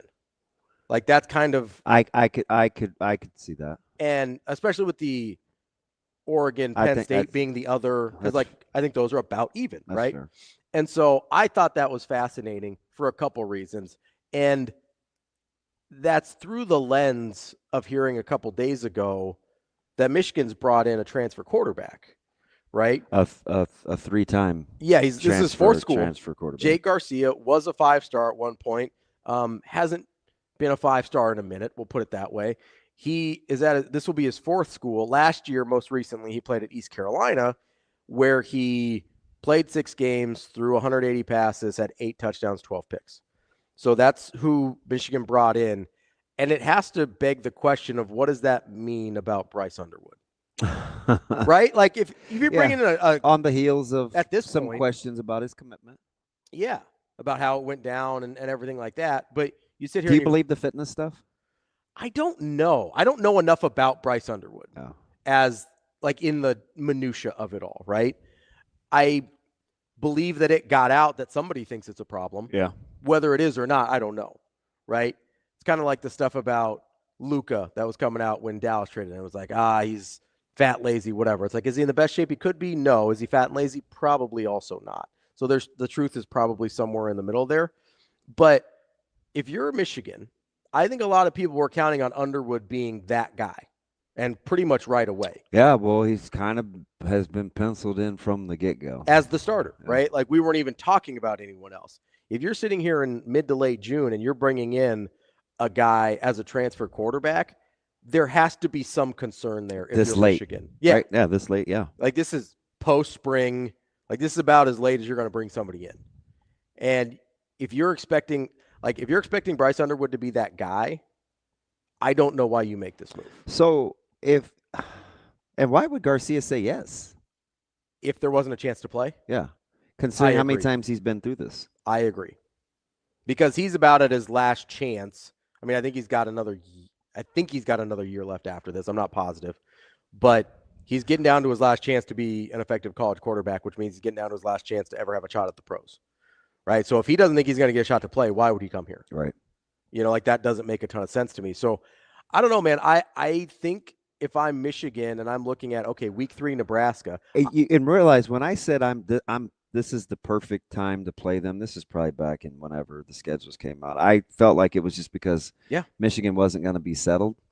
I didn't think it was be good yet. Yeah, I just think he needed. I looked at it as Bryce would just need more time. Yes. I wasn't looking at it like he may not be the guy. Yeah, but I also wasn't thinking that about San either. True. And we're sitting here and we're like, we don't know who Ohio State's starting quarterback is either. And apparently Dante Moore, who I've tried. Like, I haven't felt that good about Dante Moore. He's gonna be right. I am fascinated. Like, we were making a lot of assumptions about Dante Moore. Fascinated. Like, there's a lot there. And so I sit here and I go, okay, if Nebraska and Michigan are each other's biggest games, I feel a lot better about Nebraska there if Michigan doesn't know who their quarterback because is. of what they're doing at the OCQB spot. Yeah. Yeah, you could convince me. Especially, we kind of forget. You could convince me. Sharon Moore's not Especially going to be there. Especially if Nebraska comes in undefeated. Yeah. Like, Sharon Moore's not going to be there. Yeah. He's not going to be at this game. You've got, and he was, like, whatever the OC situation actually is, like, Sharon Moore was kind of that guy, right? So you sit here and you go, okay, you've got a new quarterback, and we don't know what that looks like. Yeah. And it may not be the guy they wanted to be the quarterback, and they had to bring this guy in late who didn't get spring ball with any of his guys. And then you've got your head coach isn't there. Like, the more this starts to play out, I love that that's Nebraska's key game. Yeah. Because I wonder what's going on with these quarterbacks, though. in the Big Ten. Yeah, although I told you I just finished that article on the Elite 11 write-up just because I wanted to see on the news of Tamala flipping yesterday just kind of how he did. And I sent him a congratulatory message. And I think playing quarterback is really, really difficult. And I think at some point here pretty soon, even though the Elite 11 has gone back and forth, and this isn't anything to disparage Elite 11 so much as there has to be some other things that go into quarterback play other than what we see in Elite 11 and 7-on-7. Yeah. Now, their top guys, some have panned out. I think they had a good run between 2019 and, maybe currently. But they've had some good runs before that. You've had to kind of tweak the process. And even how we evaluate quarterbacks, because I go back to what Coach Rule said after, being wrong about Jeff Sims. And he said, you never know about a quarterback until he gets out there. And I don't know if they're tinkering with the process or those that are good at pegging quarterbacks have kind of their formula for what they look for. But it's just different. But it's When different. it's real. Because I I think quarterbacks coming out of high school, there's zero guarantees. So many more aren't who we think they are during the recruiting cycle than are. Oh yeah. Is there any doubt in your mind? And if there is, please tell me that Jeff Sims has more physical tools to be a good quarterback than Heinrich Harburg. Yeah. Oh, yeah. Heinrich Harburg was clearly the better quarterback, though, right? Yeah. So that's what we're talking about here. Like, Jeff Sims had all the things you wanted a quarterback to have. Heinrich Harburg was certainly missing some things. Heinrich Harburg was a more effective quarterback. He was better in games. Like, I get that that's a thing that people that have issues with Rule go back to all the time is the Jeff Sims eval, right? Let's not kid ourselves. A lot of people made that mistake with Jeff Sims because of his talent level. But a lot of people make that mistake with a lot of people, is my point. Julian Sayin was one of those dudes. Oh, yeah. It was between, I believe, so were all the guys didn't we're talking he about. decommit from Bama to end up at Ohio State? Well, I don't know if it was Bama, but there was. It was a major SEC school, and I can't remember which one. I think it was Bama, but I don't remember. Look at Underwood now, who had this huge flip from LSU to Michigan and how he got there and the big NIL payday and all that kind of stuff. And now all of a sudden you go, okay, I don't know if that guy's going to start. Like, part of me, the guy that they're bringing in, Jake Garcia, was a 5-star. Even in the pro, like look at the pros. Well, especially the pros. You can make an argument it's even worse than the pros. You know who's going to be a great case study? Who? So is Bryce Young going to be good? That's a fair question. I don't know. I think all of a sudden he rewrote the written narrative on him. Because year one, he was a bust. He rewrote the written narrative on him. Year one, he was a bust, and C.J. Stroud was awesome, and it was a huge mistake. Year two, we're like, oh, maybe Bryce Young's okay, and C.J. Stroud came back to the pack a little bit. It's crazy. And so I sit here and I go, okay, I think the more I look at what's happening with some of these guys, the more impressed I am with what Dylan did last year. Coming in with, Sayin's got a better supporting cast than Dylan did last year. And he actually had a year to sit as well and kind of digest and learn and get used to college. And we're still not sure he can win that job. You could make an argument that Underwood has a better supporting cast this year at Michigan than Nebraska had last year with Raiola. And we're not sure if he can come and do it. And there's nobody else that Michigan wanted to start. At least Nebraska, Harburg went 5-1 as a starter. Right? We kind of forget that in how it looked. Or 5-3. 5-3? Well, he was 5-1 at one point, but yeah, I think he ended up 5-3. Yeah, he was the only. I think he's the only quarterback with a winning record. Yeah. In 6 years in Nebraska, right? Yeah. So at that up until that point, at that point, right? And so you sit there, I'm like, okay, Nebraska at least had a guy that they were sort of okay with, and had. Well, remember, and that was kind of Rule's thing when we thought he was messing with us about waiting to name a quarterback spot because he wanted to see he wanted to see some more intangibles. Some things play out. And he said, remember, he's still the only guy on our roster with a Big Ten win as a quarterback. And let's not forget, if Chuba Purdy doesn't get hurt, he's got a decent shot at least being in that number 2 spot. Yeah. So you're sitting here and you go, okay. And that was prior to last year with Dylan and Chuba. But you sit here and you go, okay, I don't know what I have on Underwood. I don't know what I have in saying. You don't see a lot of true freshman quarterbacks being successful. DJ Lagway didn't start right away as a true freshman. And you sit here and you go, okay, maybe we should be a little bit more. And the free world passed up on Pavia, and all he's done is tear up the SEC. Yeah. So, maybe we should sit here and be regardless of what he said about Nebraska and Purdue. I didn't take offense to that. But. Maybe we should be a little bit more appreciative of what Dylan has done, considering how hard all these other guys are proving that it is to do. Yeah. Well, I mean, there's certainly validity to it. I don't know. It just encourages me a lot going into this next year about what I think Dylan can be. Because usually, and I'm not going to say always, but usually there's something there early enough to feel good about. And if Michigan's already kind of hitting panic button on this Underwood thing, I'd be scared if I'm a Michigan fan. Right.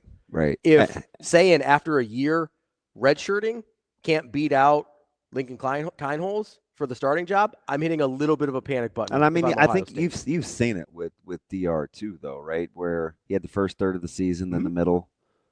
The middle was his sophomore slump. Then kind of the rejuvenated last part, yeah, where it's like, oh shoot. And the funny thing is he's had games that reflect how the season went too. Yeah. Right. Within the game itself. Within the game. Yeah. Like Wisconsin, right? Or something like that. Yeah. Where it is gonna be you just feel like you know more. 100%. And I know more about Dana Holgerson. Yeah. Oh, okay, Mr. Cootie.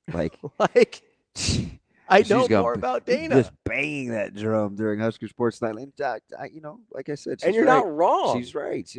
Harrell and Whedon and Geno Smith, and I was like, Ryan Day gave up. I forgot about half those guys. Ryan Day gave up play calling because he didn't feel like he could do both well anymore. And now Chip Kelly's gone, and you've got a guy in Brian Hartline that's never called plays before. Is it going to be Ryan Day? Is it going to be Brian Hartline? And you certainly don't know what you have at quarterback because they can't figure it out. And then you've got the whole situation at Michigan, kind of the same deal. You have a guy at quarterback. I was shocked to see. I sent that to you guys? The group, Garcia right? thing? I was like, yeah. Why this late? And this is you have real concerns. That's this is his fourth school. It has to be something. You have to have real concerns about Underwood to bring someone in at this point. Imagine we're here at Nebraska last year after spring practice, everything. We're like, oh man, Dylan, that's the guy. Whatever, we're feeling it. What if they'd brought someone in on June 15th at Nebraska last year who was a fourth-year guy? We'd lose our minds. We'd be like, oh my God, what's wrong with Dylan? Right? Yeah. We would lose it. That's what's happening at Michigan right now. I'm surprised. So I like Furman's. I like the Iowa at Indiana because remember we called that a swing game. Yeah, I think it is a swing game. And the other funny thing is a lot of these are road games. And he's got Iowa and Wisconsin, the same as Brian Edwards. You brought a lot of that stuff at first blush. I said to B. Edwards, I'm like, how is Wisconsin in two of your swings? And we don't think Wisconsin's going to be very good. And he called them 50-50 games. Maybe we could all be missing something. We could be, but so the reasoning that Furman gave on this Wisconsin-Iowa game, which is fascinating, is it's part of a stretch where they go Iowa, Ohio State, at Oregon, and then there's another one in there. It is a brutal stretch for them. And Iowa's one of the games that feels more gettable within that stretch. So I think for him, if they're going to hit their over a 5.5, that they have to get that Iowa game because they go through a really rough stretch. Makes sense. And do you think most people realize what an upgrade it was with Gronowski and Brewster together? Oh, no, probably not. It was Gronowski that Adam said he would be interested to see with Kotelnicki. Yeah. because he's got a little more of the And I said no. I said improvisational- no. That makes absolute sense. Even if you think Aller's a better quarterback, Yeah. which I don't, the free world, I think thinks Aller's a better quarterback. That's not a hot take. Yeah. Than Gronowski might be a better fit stylistically with some other guys. I do find that whole thing fascinating. Let's get to Michigan Lance here. Speaking of Underwood, I know. Yeah, I don't know if he wants to talk about it or if he wants to talk about something else. But you may want to talk about DJ Lagway again. let's get to our guy Michigan Lance here on the line. Lance, what's going on, buddy? Hey man, DJ Lagway, yeah. Hey man, why don't you like him, DB? No, it's not that I dislike him. That's that, and I don't even think Ravi dislikes him. I think the only reason he continually came up is because the assumption is he's going to make these huge leaps based on what we saw last year, playing the game, and statistically he's right on par with where Dylan was, and Dylan has the more proven OC. So why can't Dylan get the same benefit of the doubt of trajectory as opposed to DJ Lagway? That's where the whole Lagway thing came up for. And but you did bring it up for like weeks. I do. What I think, because I think it's such an aggressive projection too. It's not even just that Dylan doesn't get the benefit of the doubt and DJ Lagway does. It's a lot of these people have him as like a top 2 or 3 quarterback in the country, and that's a crazy assumption to make to me at this point.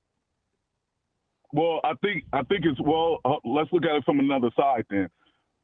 Who is his competition? I think that's more Aller, Klubnik, the Nussmeier. competition is.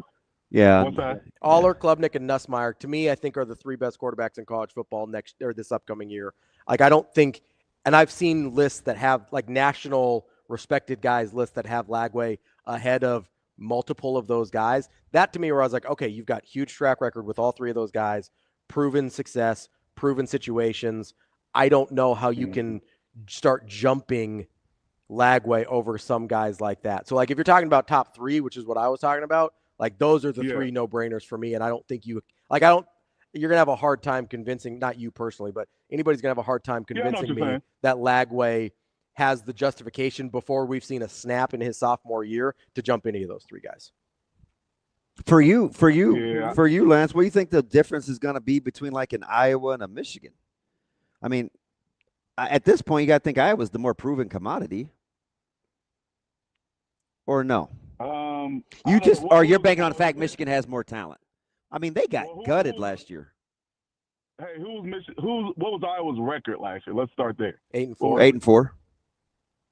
8-4. Yeah, they might be due for a 500. It doesn't happen to them, though. Yes, it does. They go a couple years, 8, 9, maybe a 10. They'll go down to like 6-6 one year. Well, and then they'll bounce back up. It's been a minute, and I want to say since is it? I'm guessing maybe 12. No, that was the good year. They haven't gone. When's the last time they only won 6 games? They've last time they won 7 was 2014. Hey, do I know what I'm doing? Wow. 2012 was the year they went 4-8. Do I know what I'm talking about? You do I know said what you're talking 2014. about. Okay, yeah, you do. Hey, but well, hold on a second. So finally got something right in the last. Who's gonna get? Who's gonna get the 10 wins first? Michigan or Iowa next year? If programs if they're playing to potential, sure. I mean, Michigan would be the easy say, but I mean, even when I talk to you, and even you aren't like gun ho, like you're still and you've won a national championship, and you're still kind of like no. Yeah, well, like I think this year, our schedule will probably be comparable to Iowa. We'll win between 8 and 9 games minimum, and I think that with the potential to get to 10, and if we get to 10. We're definitely going to be in the, in the playoffs. I know one thing. If you lose to Oklahoma and Nebraska in your first 4, all bets are off. Most definitely. And would that be a reach? Would that be a reach if that happened? And there's some tough road games too. Like there's some tough road games. I believe in Nebraska being tougher. Then going to Norman. More of a scary opponent than Oklahoma. Yeah. Okay. I'm not sold on Venable. A lot of people have him on the hot seat. Yeah, man. Like, Oklahoma looks Hey, man, Oklahoma and the SEC, hey, man, I think Oklahoma is the odd man out moving to the SEC. That's funny. I was talking to this about Everybody thought it was going to be like, Texas too. Yeah, Oklahoma, man, there's not a lot of resources over there. They might want to go back to the Big 12. Like, hey, the SEC, hey, man, this money thing, y'all talked about it. Like, the SEC's in trouble, man. They do not have the dollars to compete up north. Yeah. Like, they just don't. And so that downward arrow, like, Texas is fine. We know what Texas got. A&M, like, we know the money they have. Mm-hmm. But them other schools, they're not comparable. And so Oklahoma, Alabama, Georgia, Florida, like, I don't know if they're, and I don't know, I have to look at their numbers, but I don't know if I know they're not Texas, Ohio State, and like there's levels. Yeah, even within the hierarchy. Because I think LSU, even LSU is saying we're not Bama. And Bama's probably like, well, we can't really do right now what A&M and Texas can. And where do you put Georgia? Yeah. But who can? There's like, I don't know about Georgia, but you know who can? Oregon, Michigan, Ohio State, Nebraska. I don't know. Is Nebraska right below the top tier, but above the LSU? I think I don't know. I think Nebraska got a lot of money. Am I wrong? Well, fiscally, they talk out loud about being in good financial shape. Like resources-wise, Nebraska's playing in the deep end of the pool with the big boys. Like that's just they're just tighter spenders, which is. I mean, that's just the area. Yeah, that's just the people. But that's not to say. Listen, I'm not trying to pump NIL because I mean, give all the money we can to 1890. Like, hear my heart. Like, I want. No, I know what you're saying. Yeah. Hey. I believe Nebraska can play with the big boys. But like money-wise. Nebraska, and I'm not trying to take a shot at you here, Michigan Lance, but like Nebraska probably isn't going to do a Bryce Underwood thing the way Michigan did in terms of how that recruitment played out, right? Like they're probably going to do a little like the Bryce Underwood thing felt a lot like a pure NIL decision from his standpoint. Nebraska's it was late in the process, which is why you're bringing in a 3-time transfer in June. Like Nebraska can have the same resources and choose not to play things the same way. You know what I mean? No, right? Yeah, no, I understand that completely. I just don't want to get but don't tell me that they can't do that. Oh, for sure, they could if they wanted to. And don't let them tell you they can't do that. I'd probably be more likely to tell you Nebraska can't than Ravi. Ravi thinks Nebraska's capable of just about anything they say. I do, yes. Ravi, I'm on your side, Ravi. I think they can spend. Yeah, I think do. They got the dollars. Hey, this is how you know people are rich. They don't spend. They're going to be responsible. Rich people. They're going to be responsible, but they've got the money. Rich people act like they're broke, and broke people act like they're rich. So that should tell you right there. All right, man. We got a couple minutes. What was on your mind about that? Was actually pretty good. Hey, we got a couple minutes. What's on your mind with 7-on-7? Yeah, I'm tired of coming to 7-on-7 and you're grumpy.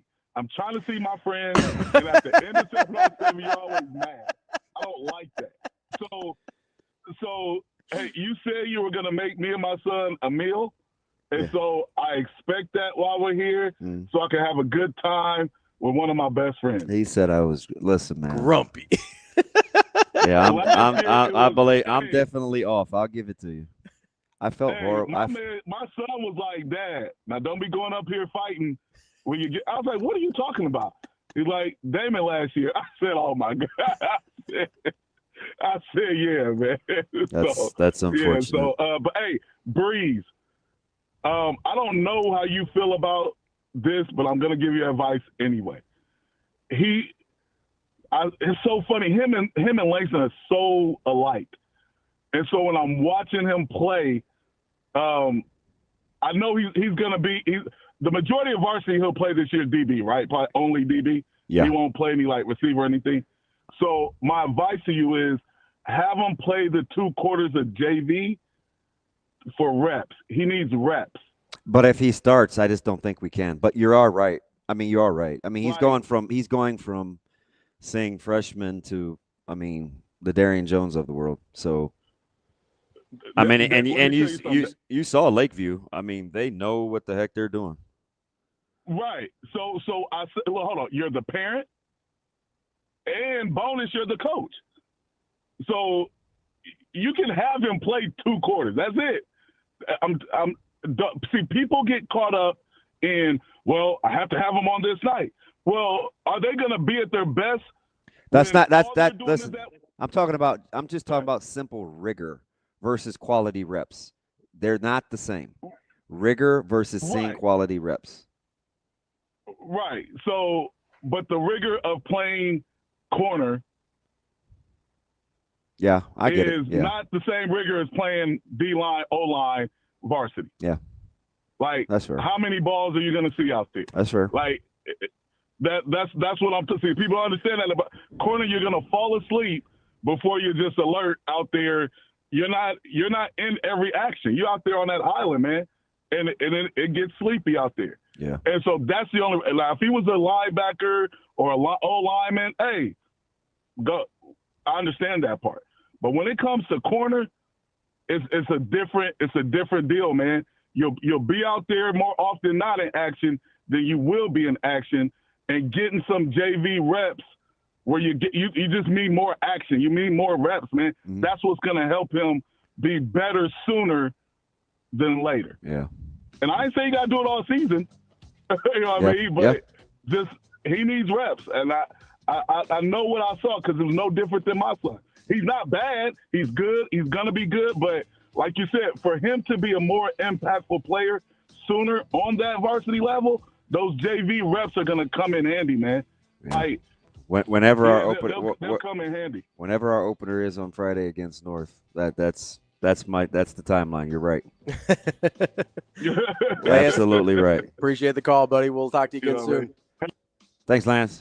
That's our guy, Michigan Lance. That's the show for today. That's CB. I'm Ravi Lulla. He said grumpy. He said grumpy. Trying to hang out with my friend, and you're grumpy. Oh, man. You'll see me and Grumpy DB tomorrow. We'll be back. Hurrdat Sports Live. See you. Have a good day. Love you.